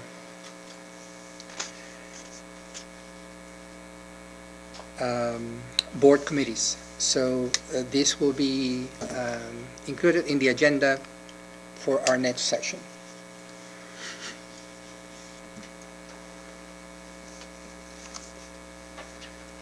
Now we have a report of legislative update person. So, Dr. Nordin. Thank you. Returning from their Thanksgiving break, the legislature has a number of bills that have been introduced or are continuing their journey through the system that may affect our district. Several bills related to dyslexia have been introduced in both the Assembly Committee on Education and the Senate Committee on Universities, Technical Colleges, Children, and Families. I'm going to highlight 3 of those. I just want to note that these will be unfunded mandates. Assembly Bill 601 and its Senate Bill 552 would require DPI to design a 2-hour dyslexia training course, and that all district employees complete that training beginning in the 21-22 school year. Assembly Bill 604, Senate Bill 571 would require districts to develop or adopt a program to identify and address students with dyslexia. And Assembly Bill 632, Senate Bill 538 would require districts to alter their reading assessments in grades 4K through 2nd grade. The bill would add required testing for several different categories of reading skills than those that are already required, and also include a voluntary questionnaire regarding reading difficulties in each student's family history. The Assembly Committees on Education will also hold hearings this Thursday at 9:30 a.m. at the Capitol. Among the bills being discussed there are Assembly Bill 553, which relates to adjustment of the revenue limit for energy efficiency projects. The Wisconsin Association of School Boards supports this bill, and obviously we're talking tonight about energy efficiency. This bill would probably increase our ability to do energy efficiency projects in the future. Assembly Bill 585 will also be heard, and that would modify the laws relating to restraint and seclusion of students, both in the procedure and in the reporting. Wisconsin Association of School Board also supports this bill. And finally, there are 4 bills focused on increasing accountability for voucher schools that have been introduced. All of these provisions were originally in Governor Evers' proposed budget and were removed by the legislature. But they would include changes from altering how the state allots general aid to voucher students. Right now, voucher students on average receive more per pupil aid from the state by $2,600 than public school students do. As well as another one, for example, would give voters within each school district the opportunity to refuse taking funds from their local districts to pay for voucher schools. Again, these provisions were already in the governor's proposed budget and had been removed, so it may be that they will not find the bipartisan support that they might need to move forward. But as representatives of the public school system, it's important to say that public money should be used to fund public schools. These bills, if you'd like to look them up and read more about them or contact your legislators, are LRB 5044/1, 4156/1, 4164/1, and 3674/1. As always, please engage your legislators and get them to engage on supporting our public schools. Thank you. Thank you very much, Dr. Nordin. We're going to proceed now with the consent resolution agenda. The board will consider approval of the consent resolution agenda items. For the consent agenda, the board has been furnished with background material on each item or has discussed it at a previous meeting. This will be acted upon with one vote without discussion. If a board member wants to discuss any item, it will be pulled out of the consent agenda and voted on separately. The items are minutes of December 2nd, 2019, minutes of closed session December 2nd, 2019, financial report November 2019, gifts in the amount of $54,137.25 for the period of November 1st, 2019 through November 30th, 2019, payment of all bills in the amount of $4,516,425.31, and the net payroll in the amount of $5,693,775.86 for the period of November 1st, 2019 through November 30th, 2019. Human Resources Employment Report. I'll entertain a motion to approve the consent agenda. So moved. Thank you. Moved by Dr. Nordin. Second. And a second by Commissioner Lyons. All those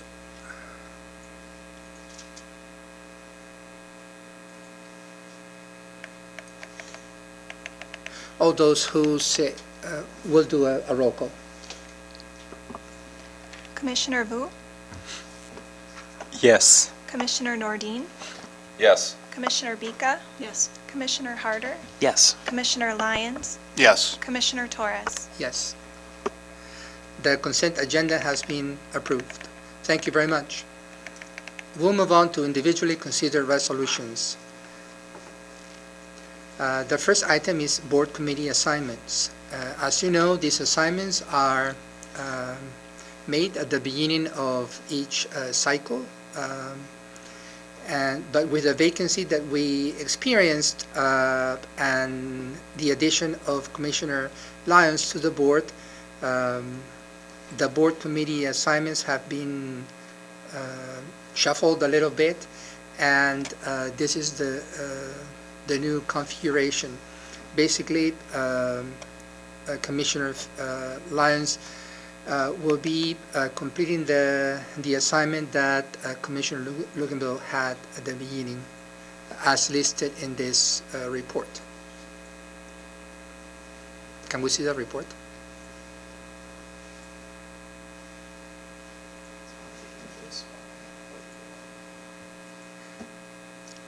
And I'm on shared services and stuff. Okay, just for clarification, Commissioner Nordin will fill the vacancy in budget development, and Commissioner Lyons will be in the Shared Services Committee and Head Start Policy and Governance Committee and the Revenue Committee. Thank you very much. That's for your information, and thank you for your support, Commissioner Lyons. The next point in the agenda is Solar on Eau Claire Schools donation.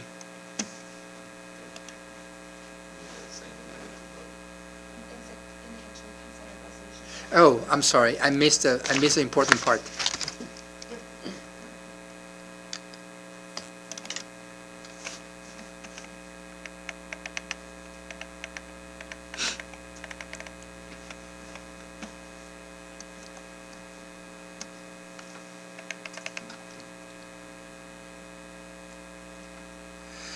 We need a simple majority vote to approve the new board committee assignments. So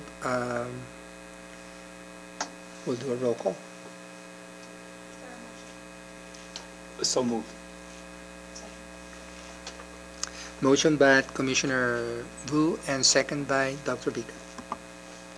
Commissioner Vu, Yes. Commissioner Nordin, Yes. Commissioner Bica, Commissioner Harder, Yes. Commissioner Lyons, Yes. Commissioner Torres. Yes. Okay. Thank you. I apologize for the forgetting. Now we can move on to Solar on Eau Claire School donation. I guess I'm so excited about this donation.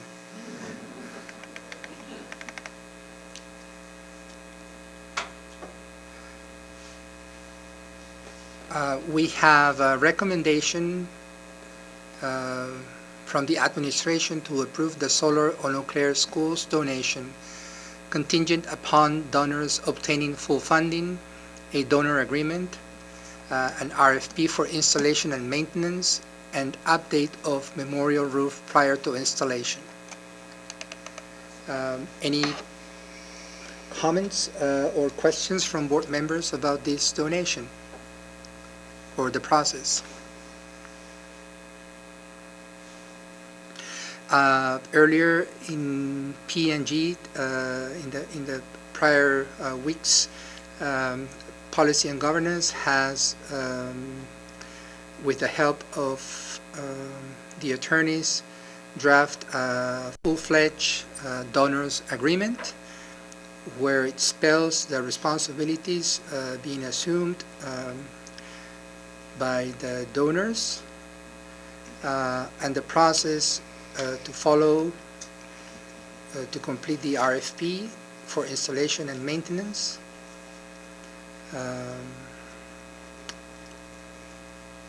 Just so you know, the details are taken care of.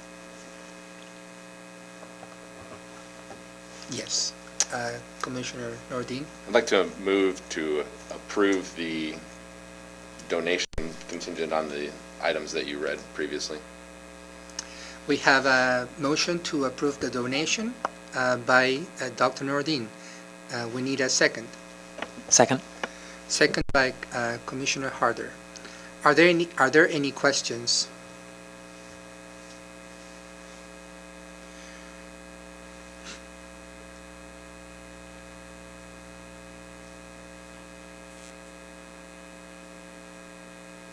Hearing none, then we'll proceed to a vote.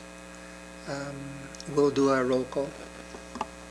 Commissioner Vu, Yes. Commissioner Nordin, Yes. Commissioner Bica, Yes. Commissioner Harder, Yes. Commissioner Lyons, Yes. Commissioner Torres. Yes. We have unanimously approved the donation of the project Solar on Eau Claire Schools. I would like to take the opportunity to thank the Eau Claire Public Schools Foundation for your leadership in this project, to the Couillard family and the friends that have gathered energy and inspiration to lead us this way. I am sure that your initiative and your effort will be followed by other school districts in Wisconsin, and we feel privileged that you've started with us, and we'll do all that is within our reach to make it work in the fast, most expeditious way possible, so you can show something concrete to move on with your agenda of spreading good environmental practices in our district. Thank you. Let's give him a round of applause.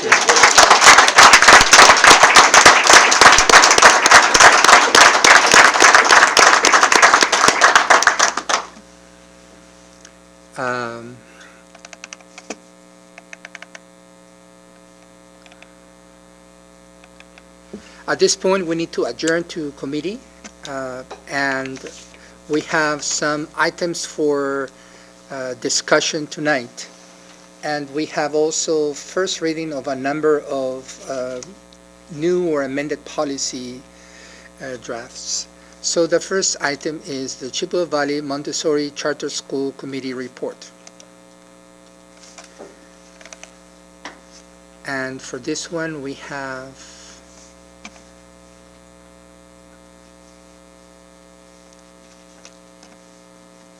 do we have someone? Yes, we have the Montessori Charter School representatives to respond to questions from our last meeting. Welcome.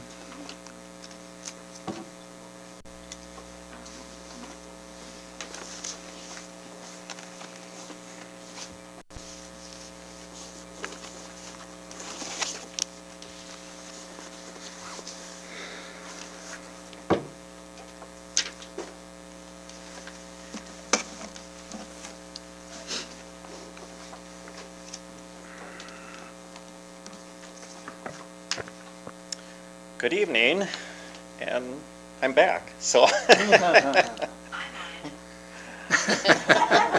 Thanks, Kim. Yep. So my name is Todd Johnson, principal at Chippewa Valley Montessori School, and up here with me I have the governance board president of the school as well, and I'm going to let her introduce herself. Hi, I'm Rebecca Brustad. I am this is my first year as the governance board president, my second year as a member of the governance board. I am a community board member, so no parental affiliation with the school. I am employed by Mayo Clinic, and so I'm happy to be here today. And I have to say, we can't run that school without the volunteers we have, and Rebecca's a good example of the countless hours of volunteer work that we receive from the community, plus our parents as well. So I've been asked to come back tonight to go over the changes in our contract that's up for renewal this year. And then after we go through those changes, I'll just see if there's any questions from the information that I submitted. A few of you had questions from the last board meeting. I know Commissioner Bika had a couple questions, and I hope you had a chance to read that. If not, we can certainly step through it as well.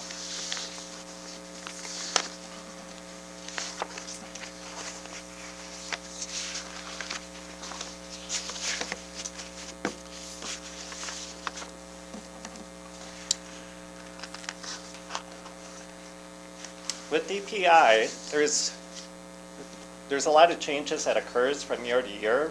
So when you go 5 years without any changes in the contract, or without asking for a renewal of the contract, there's going to be definitely some changes.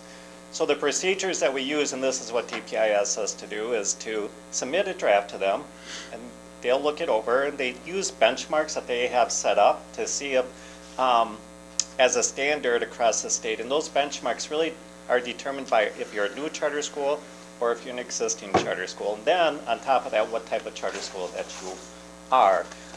And for us, since we've been in existence long enough, and this isn't our first contract, so there's a different set for us. We actually have the shortest set of benchmarks for charter schools.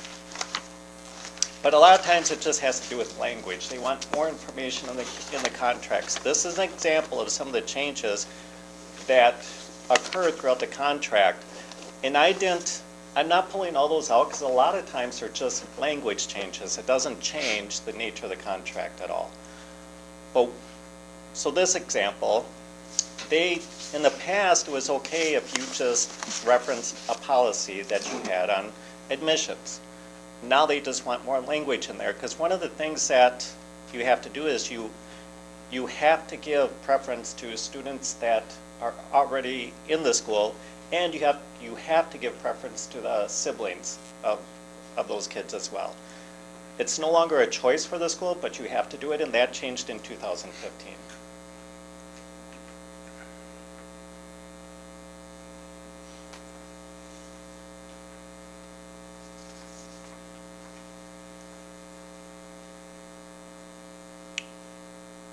We'll take these one at a time. So there's really 3 changes in the contract that we're asking for. The first one is how long we give teachers to receive their Montessori certification. And a lot of times this is tagged with a master's as well. We're very fortunate that UW River Falls now offers a program to receive your Montessori certification or your master's. So looking at that, it depends on, like if you're going for your Children's House certification, that doesn't take as many credits. If you're going for your lower elementary or your elementary 1, that means the same thing. It's a few more credits, but if you're going for your E2 or elementary 2, that's even more credits. So we took the elementary 2 because that took the most credits, 61 credits. In talking with the staff that have gone through a similar program, it seems like it was reasonable to ask a person to take 5 credits a semester. What I heard from the teachers that have already received their certification is, don't forget, life happens. You know, you're just out of school, you may already have loans, you may want to take a semester off.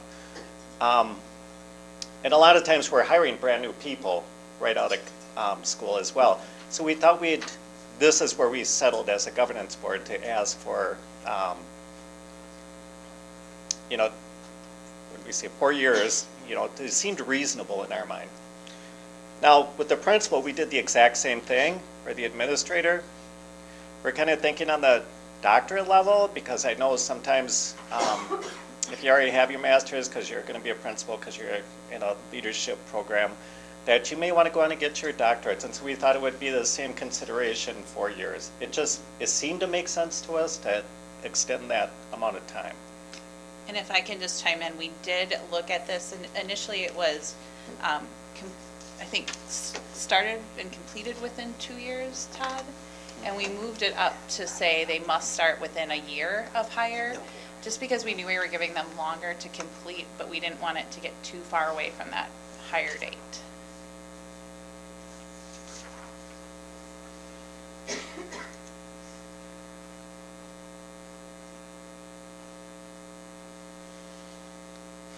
And lastly, in transportation, we're requesting to add 4K kiddos to the busing. One of the things to consider is in order to be a Montessori school, we must have multi-age classrooms. I mean, that's one of the fundamental tenets or pillars of Montessori is those multi-age classrooms. So therefore, it just made sense to us to, you know, if we're busing the other kids, that we include the 4K kids because they're critical to our program and Children's House. Really, Montessori schools, they want 3-year-olds in there as well, but you know, we just don't get the state funding for 3-year-olds, so we're using we cut the line there and start with the 4-year-olds. And in those classrooms, we have 4-year-olds and 5-year-olds together. We can't say for sure, but we would hope that would reduce barriers to transporting your child to the school. It just seems to make sense, to me anyway, my opinion, that it would reduce the barrier for parents transporting their kids, because I've talked to parents, I've talked to families where it's difficult to get your 4-year-old to school, especially if both parents are working full-time. And, you know, and if you can't afford the wraparound services, daycare services that, in our case, the YMCA provides.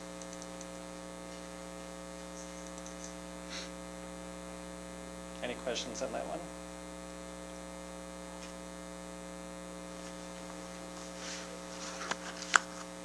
Okay.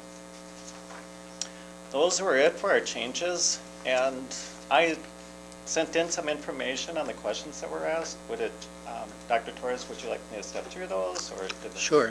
I think there was a question about the diversity plan. Yep. And I would like to just chime in as the governance board president. We're acutely aware that our diversity is something that we are continuing to focus on. We have been focusing on it from an organizational perspective in terms of improving any sort of process that you have in place. Sometimes it takes multiple cycles to find the right answer, and there's often not one right answer. And so we continue to have this top of mind at every task force meeting that we have, every governance board meeting that we have. We've talked about multiple initiatives to try that we haven't tried in the past.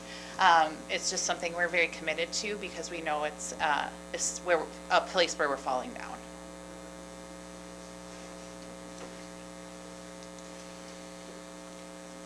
So the plan that you see up in front of you is from last year. We have not developed a plan for this year. But the focus last year was on trauma-informed or trauma kiddos in the schools. We were able to take advantage of trainings through the district that was put out by the state and CISA. I believe it was CISA. And when we started those conversations, it led us into other conversations, such as the impact that, you know, of the language in schools, and that we need to do a lot better with our, with the sensitivity of our language is the best way to put it. And we recognize that a lot of times we just inadvertently, kid to kid, even the teachers in their classrooms, that we just have to be acutely aware that we're not, you know, I guess making one group stand out above the others. That goes with gender as well, that goes with race, that goes with culture. And we believe we need to do some work in-house around that as well. It doesn't necessarily affect, you know, the kiddos that we're, you know, our outreach program, which, yes, we need to take a look at that as well. And we recognize that that isn't addressing that piece of it, but we are looking at in-house internally and our actions and behaviors. Really looking at that unconscious bias that might be there that we don't even know when we're saying something that it may be offensive to an audience or plant seeds in the mind of those little kids that are working with us. The other thing that I think we recognize, I recognize, that I'm not the expert. We have to have help with this, and we reached out and we're working with someone now, and I think that was evident with the staff that you know, we just don't have the answers in-house. We have to figure them out by not necessarily outsourcing, but at least having conversations with people that have a deeper understanding of what we can do.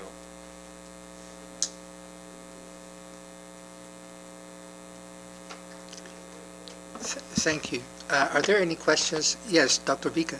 Yes, I'd like to ask about the diversity plan. So I'm trying to be as direct as possible. What I'm going to need moving forward is something that is information that is more holistic or comprehensive. So Montessori,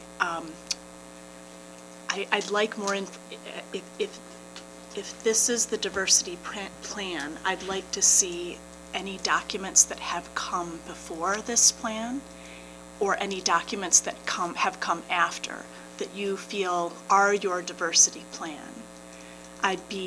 What I would be looking for will be goals and outcomes. I'd be looking for the ways that you are assessing those goals and outcomes. What are the results? And then what are your next action steps? And so I would like that as something that really captures the, really what you've mentioned about you're kind of very aware of a number of issues, so I'd really like to see a long-term trajectory, even from the beginning when the school first opened, whatever you have available that brings us to the present day. So outcomes, assessments, results, and action steps. Since the start of the school?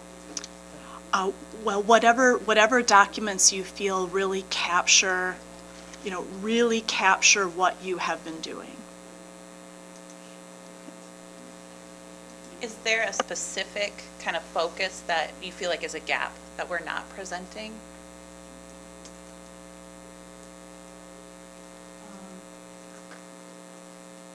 And I don't know what I don't know.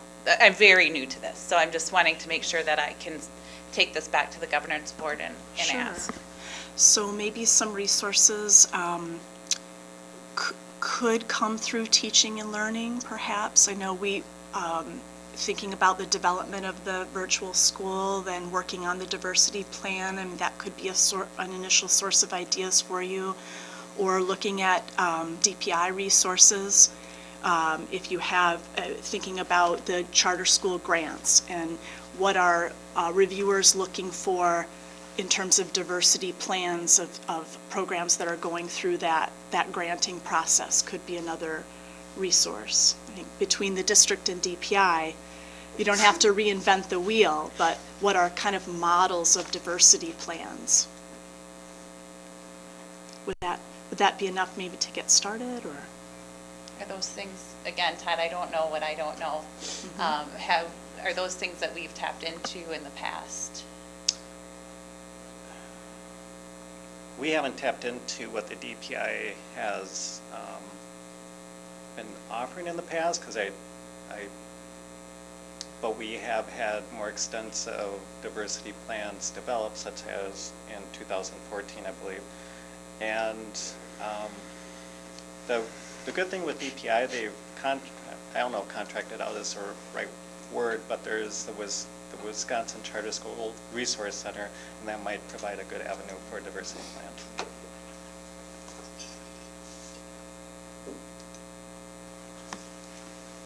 Any other question, commentary?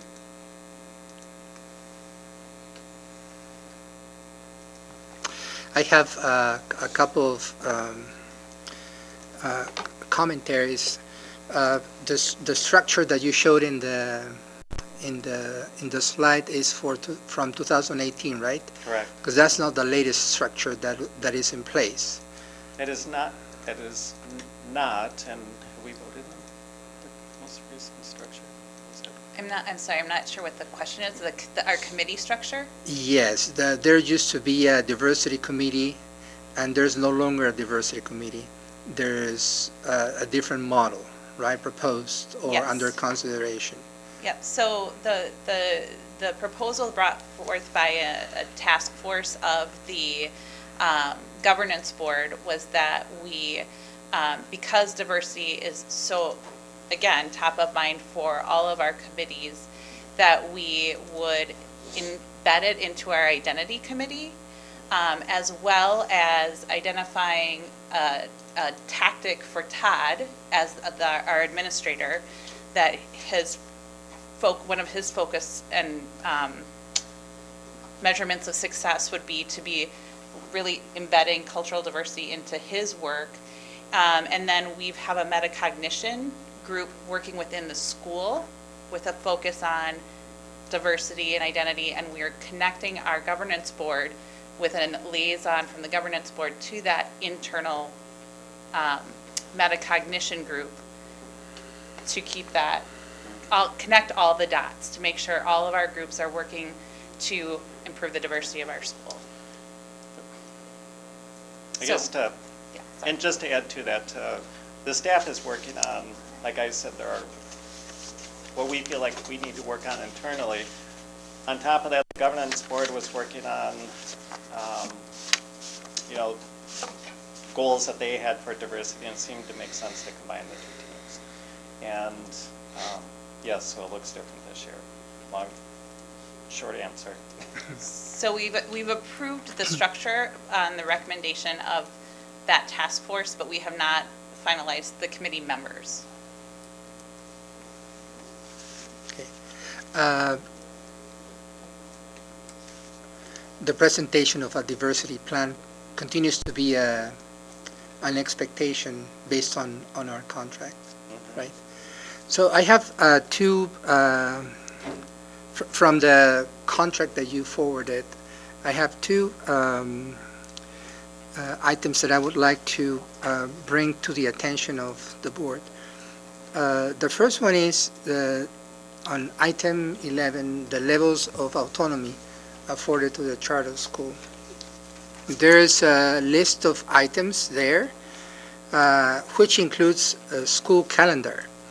Are you inquiring or suggesting that you could go with your own school calendar? Yes. Have you considered the implications for the whole district? Yes, that's why we never change anything or request anything different.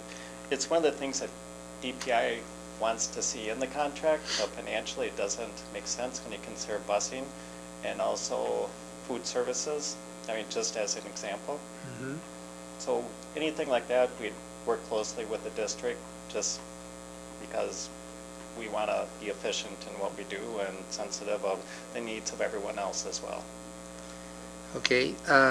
And have you had any conversation with the districts about this, what this implies? Because approving this language would be a major disruption for the district calendar. Mm-hmm. Yes. That I don't know we can afford. Correct. I agree. I agree with that, and that's why we have never utilized that. And it's again, it's just something that the DPI looks for. But again, it has to, we're still part of the Eau Claire School District, so but there are some unique things in that, such as when it comes to professional development. While we have it on the same days, it does look a little bit differently. And that doesn't tie directly to that, because I think in there as well, without looking, is professional development or language to that effect. So many times our days are just, while other elementary schools are doing one thing, we might be working on Montessori, specific Montessori skills in the classroom. Thank you. Then on section, on page 3,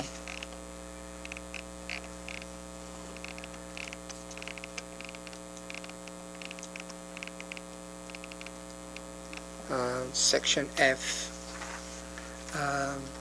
you talk about also class size, being able to determine your class size. Same thing. When we think about the district plans and the district practices, this might create an inconsistency district-wide.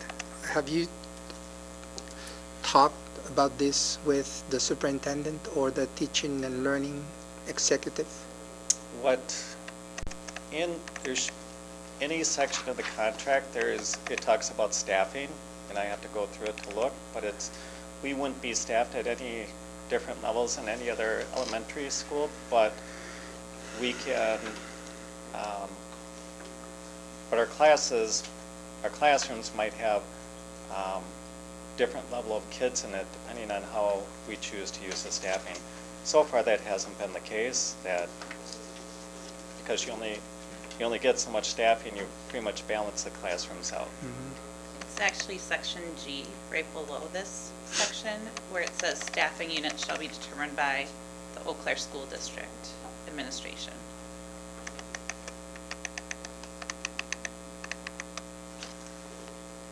Okay, thank you.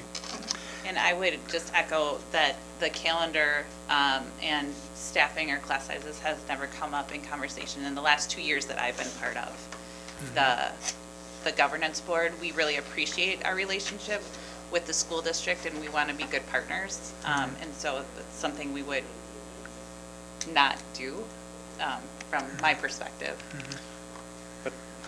But these are all really good questions to consider while we've had them in the past. It's always good to, we haven't talked about them for quite a while, and especially with changes in the school board, changes at the school. The question really is, how do you capture those understandings, yet also honor what DPI wants to see in charter school contracts? My other highlight is the requested extension or suggestion of 2 years up to 4 for training of new hires. In practical terms, I am concerned that means that there will be a too extended period of time of students being taught by non-Montessori trained teachers. That's actually a full cohort, 4 years. So I don't know that that's something that we want to do. It's a concern of mine as well. In the past, I can tell you that, well, up until now, I have only had one Montessori certified teacher that has ever applied for any opening in the school. They're just very, very hard to find. So while we don't like it, and we don't agree with it, we do start teachers without being certified in Montessori. They're state certified in teaching, but no, they don't have their Montessori certification. And then, we do have 4 teachers in training right now, which we are super excited about. That's the first time ever that we are actually building up, a bank of teachers that we can tap into. But when we do hire someone without that Montessori certification, we do have them work closely with our Montessori teachers. But I agree, it doesn't replace it. And again, we were strictly crunching the numbers when we looked at the program at UW River Falls, which is new, so it's the closest one we have, where before it was in the cities, it was a different program, and actually they no longer offer a Montessori certification. I think an additional concern that the task force who worked on this contract had was just if there were a situation where a teacher, because of a waiting list situation with Montessori programs, wasn't able to get into a Montessori program in that time frame. How do we allow for that when we had the 2-year program? And maybe that's an unfounded fear, but that was something we talked about. I've also reached out to the Wisconsin Montessori Association and just inquired if there's better places to be posting jobs. How do we tap into the Montessori teachers out there? And I was told that, it isn't just us, it's across the state. We're having a hard time filling the openings in Montessori schools, and it's not just the state, it's across the nation.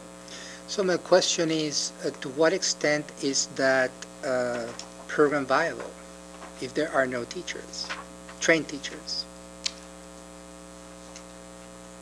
Well, it's another good question, and it goes back to, we feel that we have been able to make it work by bringing teachers in, where the ideal world says we would be able to hire a Montessori teacher right out of the gates, but that just isn't the case, so we have them work closely with a Montessori certified teacher.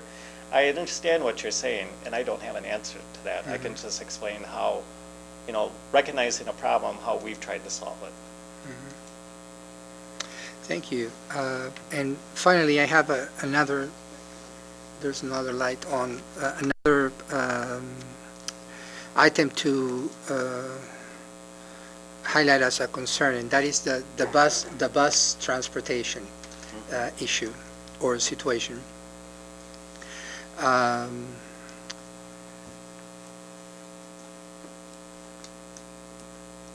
I don't think that we can afford that for two reasons.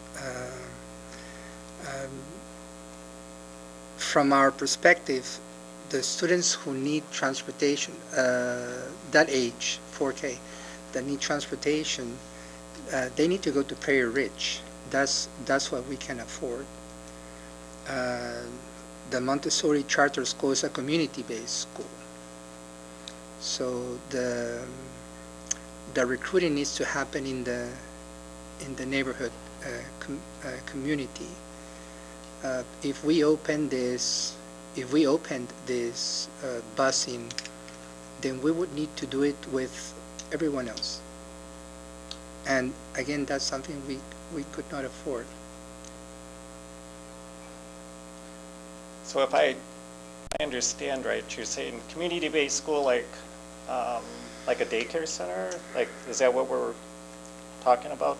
Because I consider us as another school of the Eau Claire School District. Yes. Just like Prairie Ridge. Is that the status?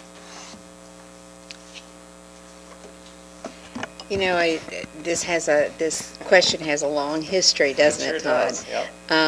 And I think in previous discussions, it has always been that the 4K was like another community partner, not regarded as part of the Montessori, as the Eau Claire Area School District.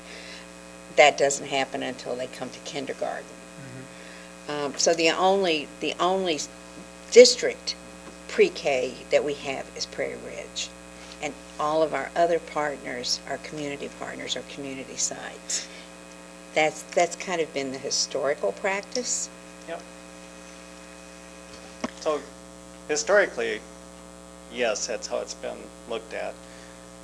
I mean, as a school, we just consider ourselves as, part of the Eau Claire School District.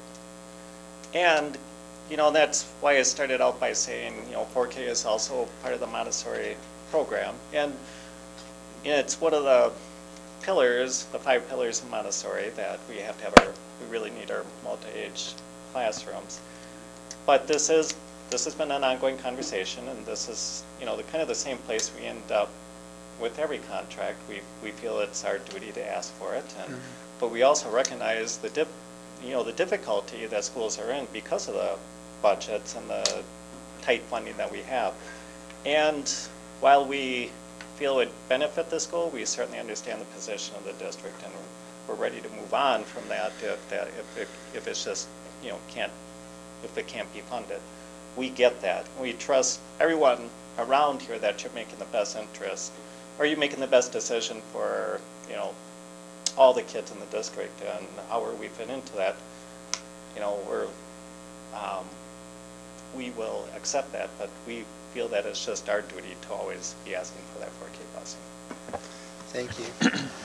Yeah, Commissioner Harder. I can chime in because I've mentioned before, I've kind of tracked this issue as a parent at the school and been aware of it, especially as I said in the last meeting, in the context of the diversity issue at the school, and the impact that 4K has on that. Just one thing I don't think we've said, I just at the risk of stating the obvious, this is a destination school. It's different from other schools in that regard. It's more like the dual immersion program in that regard. It pulls from neighborhoods, recruiting from the local neighborhood. I think there has been some door knocking in past years, but I also think it was shut down because for legal reasons, if I understand. Was not kosher to be doing that. We received some concerns about it, for sure. Yeah, I can't remember what it was that caused it to be stopped, but there was some concern. But yeah, it's one of the negatives of these destination programs, like dual immersion, like charter school, any of these, where that extra busing cost is inherent. And if and then to add 4K to it adds again to that cost. So it's something the board needs to consider as we look at this. Thank you. Yeah, Dr. Bika? So I think I find that I'm now unsure about state statutes around priority given to students in the kind of in the neighborhood around the school. So if somebody knows, I thought that what was allowed if a charter school replaced a public school, either in whole or in part, then priority what can be given to children that live within that school's boundaries. I can answer that. When a charter school first is open, and you're replacing a traditional elementary school, a charter school can tap into the neighborhood and be a neighborhood school. But this school, when it first opened, didn't go that route. So, and you can't go back and reclaim that status. Once you open your boundaries up when you first start, you can't then turn around and become a neighborhood school after that. So you can't give preferential treatment to neighborhood kids in a charter school. And I do think I have that with me if you'd like to see it.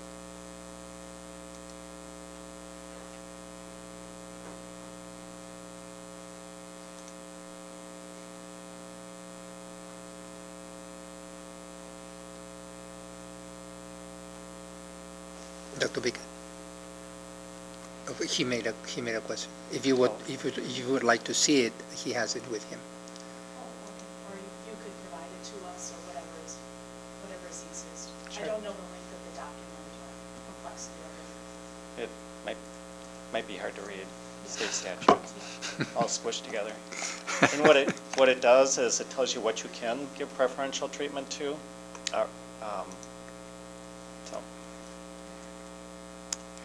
Any other question or commentary? If none, then I would suggest that we pass on all this information and observations to our attorney, and he can craft the language of the contract along these lines. And then I think you have a diversity question to still to respond. I was just going to ask a clarifying question. Yes, yes, sir. Okay, you answered it. I'll pass on the information to the board about the diversity. Okay, and then I guess we could have some report back by January the 6th. Okay, and then we'll go from there. Okay. Thank you very much. Thank you for your leadership and the time you dedicate to this wonderful experience. Thank you. And we appreciate the questions because it makes us reflect on ourselves and how we can get better. So thank you very much. Thank you.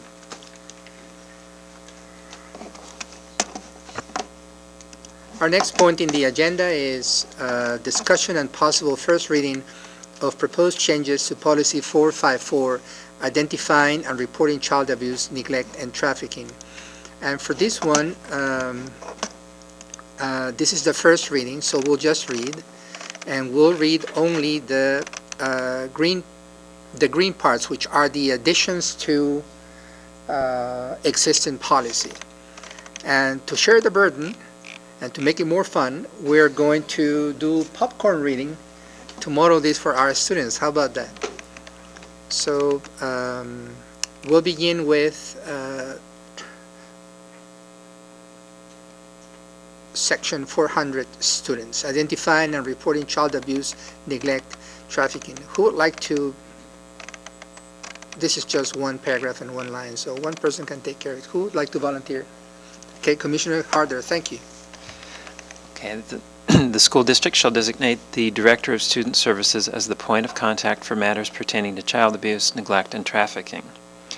And it skips down to, from time to time, the district collaborates and/or partners on various programs with youth-serving nonprofit organizations in the community. In connection with such collaborations and/or partnerships, the employees, independent contractors, interns, volunteers, and program participants of the youth-serving nonprofit organizations may be in communication with and/or in the presence of minor students of the district. As such, the district shall enter into collaborative and/or partner arrangements on programs exclusively with youth-serving nonprofit organizations that require a background check of all adult employees, independent contractors, interns, volunteers, and program participants who may be in communication with and/or in the presence of minor students in the district. This background check shall, at a minimum, consist of Wisconsin Criminal Court Search, Federal Criminal Court Search, and National Criminal Database Search, including the Sex Offender Registry, and for each person, this background check shall be repeated at least every 3 years. Thank you. Any questions about the proposed language from Policy and Governance?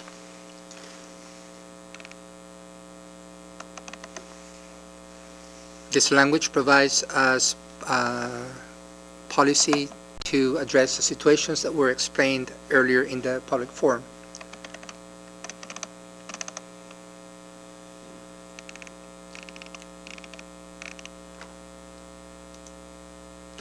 If there are no questions or commentaries, then we'll have a second reading and approval in our next session.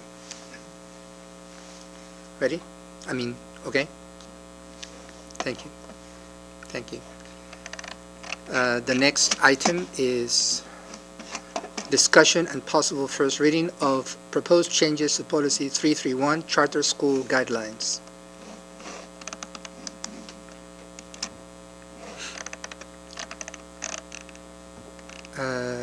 This is an update of the language for charter school guidelines. It has it has some inserts of new language in green, and what you see in red is stricken off. So I need a volunteer to read the complete sentences so the reading makes sense. Dr. Nordin. Just the sentences that have changes. The Board of Education, BOE, believes the creation of charter schools is an alternative educational approach that, based on data and research, may target specific goals or needs in order to enhance the educational opportunities for its diverse student body. The BOE, as the authorizing agent for establishing and overseeing charter schools, recognizes charter schools as distinctive educational programs designed to address student achievement. Charter schools are designed to create an alternate learning environment for students in the Eau Claire Area School District and will be accessible to all district students based on the individual charter school's mission. I'll read the one, number 5 then, with the removal as well. Charter schools are instrumentalities of the ECASD and will comply with employee contracts unless otherwise stated in the charter contract or in a MOU between the BOE and Charter Board and approved by the BOE. Any charter school proposal or petition must be a fully formed and coherent plan prior to board consideration. Thank you very much. This was a policy that was adopted in 2008. 11 years later, we needed to review some of that language to make it more accurate. Any questions or commentaries for this? Yes, Dr. Nordin? What is meant by fully formed and coherent? On point 8 there, it says fully formed and coherent plan. What does that mean? At what level? How do we judge whether a plan is fully formed and coherent? Yes, well, not a yes, but when there is a charter school initiative that comes from outside the district, the proposal needs to be a full proposal with its background, with strategies, with all the data that needs to support it before we consider it. Sure, but again, that again is just sort of generalized language. Who will decide whether it is sufficient or insufficient? I mean, are we talking, do they have to have a full budget? Do they have, at what level do we consider, enough research, right? I mean, must it be a dissertation or maybe is, bringing some articles forward? I don't, those are the questions that I think I have just on that particular language is how will we use that to decide whether we hear a charter description? And it probably applies to our own descriptions. How do we know when the virtual school is fully formed enough for us to start considering it? I guess the response to that is when the board, upon its reading, realizes that there are no more questions or very few questions for clarification. This is crafted to avoid situations where we as board are asked to complete a project. So the word consideration here really just means vote to approve? No. Because how can we have questions if we can't consider it? Because we won't, that's my stumbling block there. If we can't consider the proposal, then how will we know if we have questions that need to be, read into and then completed? Yeah, Dr. Hardy. So sometimes when a policy is very general like this, it can be accompanied by an administrative rule. So you could direct the administration to develop a rule that would outline the answers to some of the questions that you're asking. That would be fantastic. Does that help? Sure. What needs to be done, I guess, to do that? So we could develop a format, a list of criteria that would meet this qualification that it's fully formed. Sure. So I guess I'd like to see that done. I don't know if that is something that needs to be discussed next time. When I read that, I just wonder what that means and how that will affect people coming forward. They want to be able to do the work to make sure that ideas that capture the hearts of the community and the board go forward. I think we just want to make sure that people can do that work. Yeah. There will be rules developed by the administration. Thank you. Thanks. Any other question or commentary?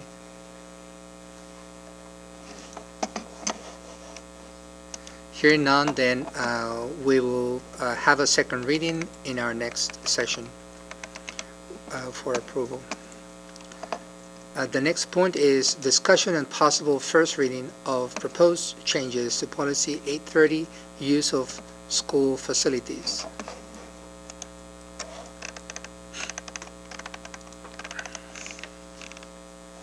Do we have a volunteer to read?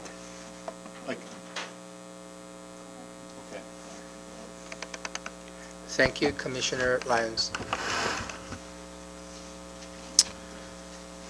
If any group or individual plans to request the use of school district facilities to conduct any political campaign event, said group or individual shall first consult with the Eau Claire Police Department concerning the needs for security at the political campaign event. In the event that the Eau Claire Police Department anticipates that there will be costs associated with providing appropriate security at the political campaign event, school district facilities shall not be made available for said political campaign event unless the Eau Claire Police Department provides written certification to the district that all anticipated security costs have been paid in advance by the group or individual who plans to use the school district facilities to conduct the political campaign event. Thank you. Questions? A long sentence. Yes. We received a suggestion from the attorney late today in the sense that we could craft a more generic kind of language for this policy and not make reference to political campaign events only, but any kind of grand event. that would require security by police officers. So would you be willing to modify this text right now, or should we send it back to P&G for recrafting? Send it back to P&G for crafting it again to make it more generic? Okay, thank you very much. But this is, the motivation behind this is in anticipation of the political campaigns that might come to town next year. We were alerted that it would be best for the entire community of Eau Claire to have these mechanisms in place so there are no misunderstandings like they were before. Yeah, Dr. Hardwick. I think additionally what we've realized as we looked at this policy is that from time to time we are asked to host large events, and those large events do require security. And so to have an assessment from the police department about what kind of security would be needed and how much security and what the cost of that would be would help to inform the decision about whether or not to rent a facility for any reason. Thank you, Dr. Hardwick. I think that'd be a prudent thing to do. So we'll be back with this proposal next time. And finally, we have a discussion and possible first reading of proposed changes to Policy 370, extracurricular activities. And this one is a long one, so we'll need several volunteers. And perhaps we can start with Dr. Vika, who offered herself to begin reading.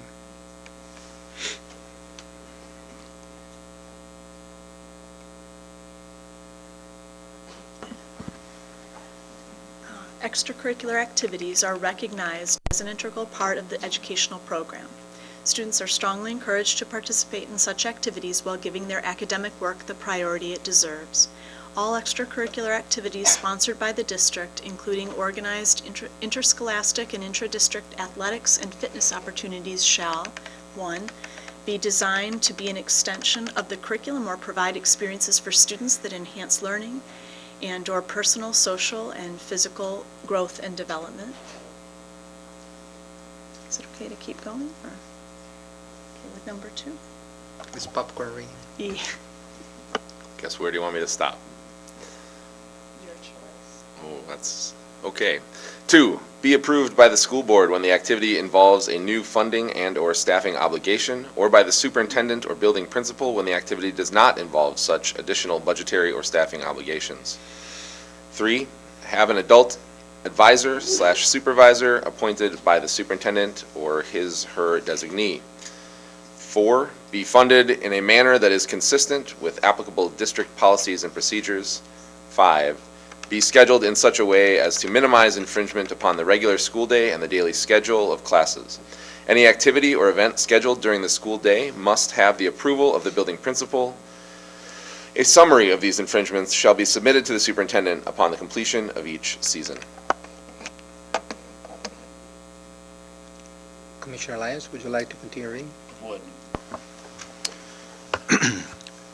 Students shall be expected to abide by all rules and regulations established for participation in district-sponsored extracurricular activities, including intercollegiate athletics, where applicable. These rules and regulations shall be consistent with any rules of eligibility and conduct required by the state or other associations to which the activities are affiliated.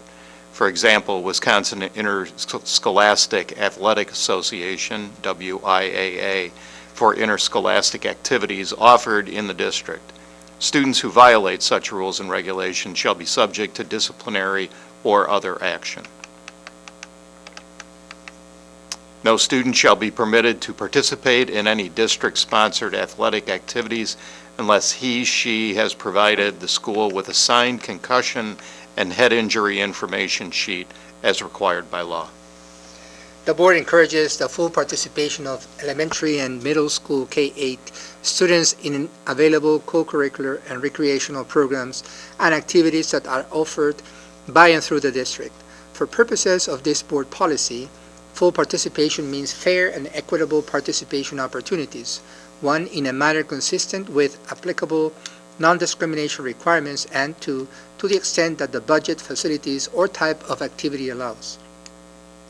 The building principals under designees in the district's K-8 buildings are responsible for informing students and parents and guardians of the co-curricular and recreational activities that are available at the relevant grade levels and for implementing registration and scheduling processes in a manner that gives due regard for the goal of full participation.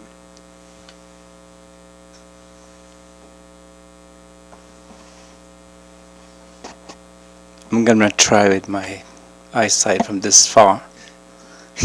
Students, when participating in school activities, shall normally have participation limited in individual or group activities to the student and or grade level in which they are placed.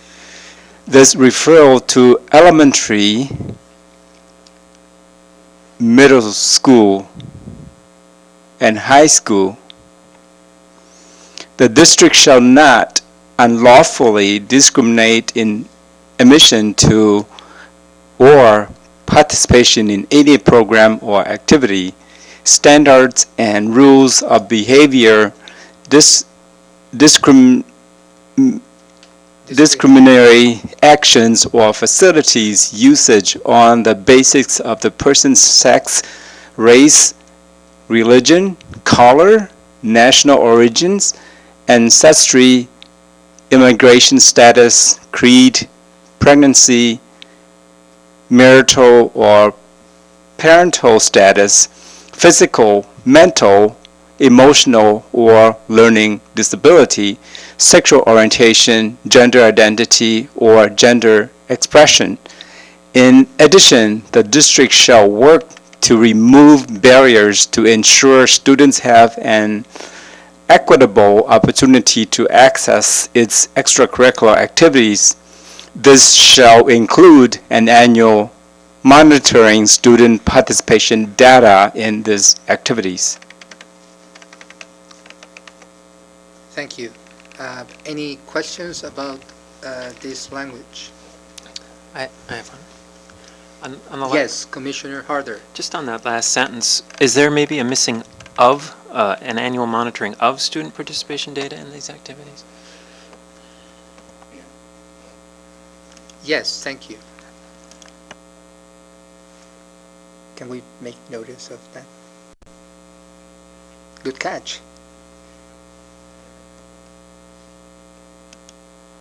Any other observation? President Torres, can we ask questions about things that we've previously read? I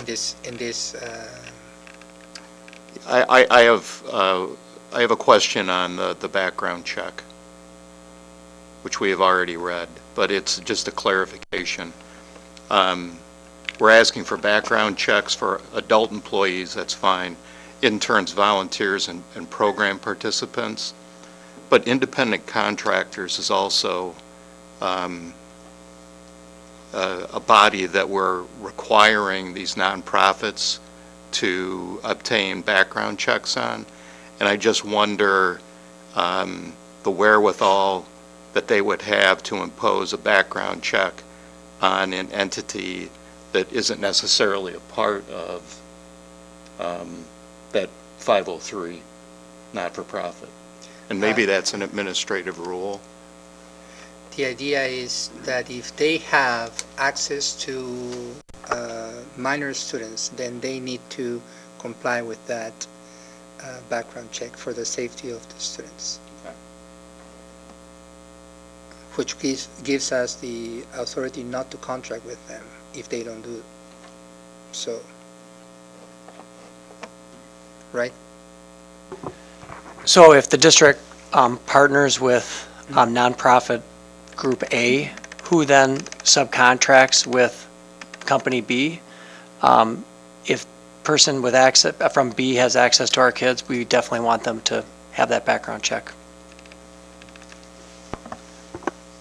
So that not-for-profit would then require them to have background checks and supply those to the 503? Correct. And also upon our request, we would want to be able to see evidence that those existed. Okay. Thank you for the question. Any other questions? If none, then we'll move forward with the agenda, which is request for future agenda items.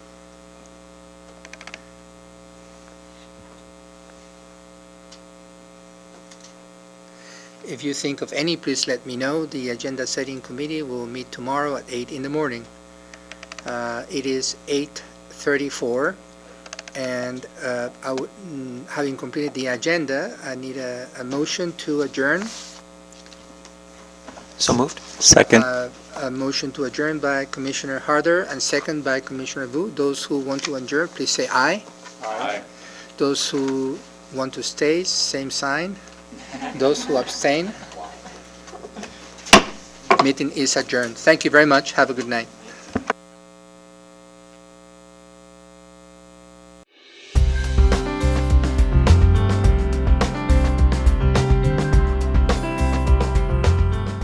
This program was brought to you by a cooperation between Newsworks and the Eau Claire Area School Board. Newsworks is made possible by continuing community support. If you would like to volunteer or make a donation, please contact us via phone at 715-839-5067 or online at valleymediaworks.org.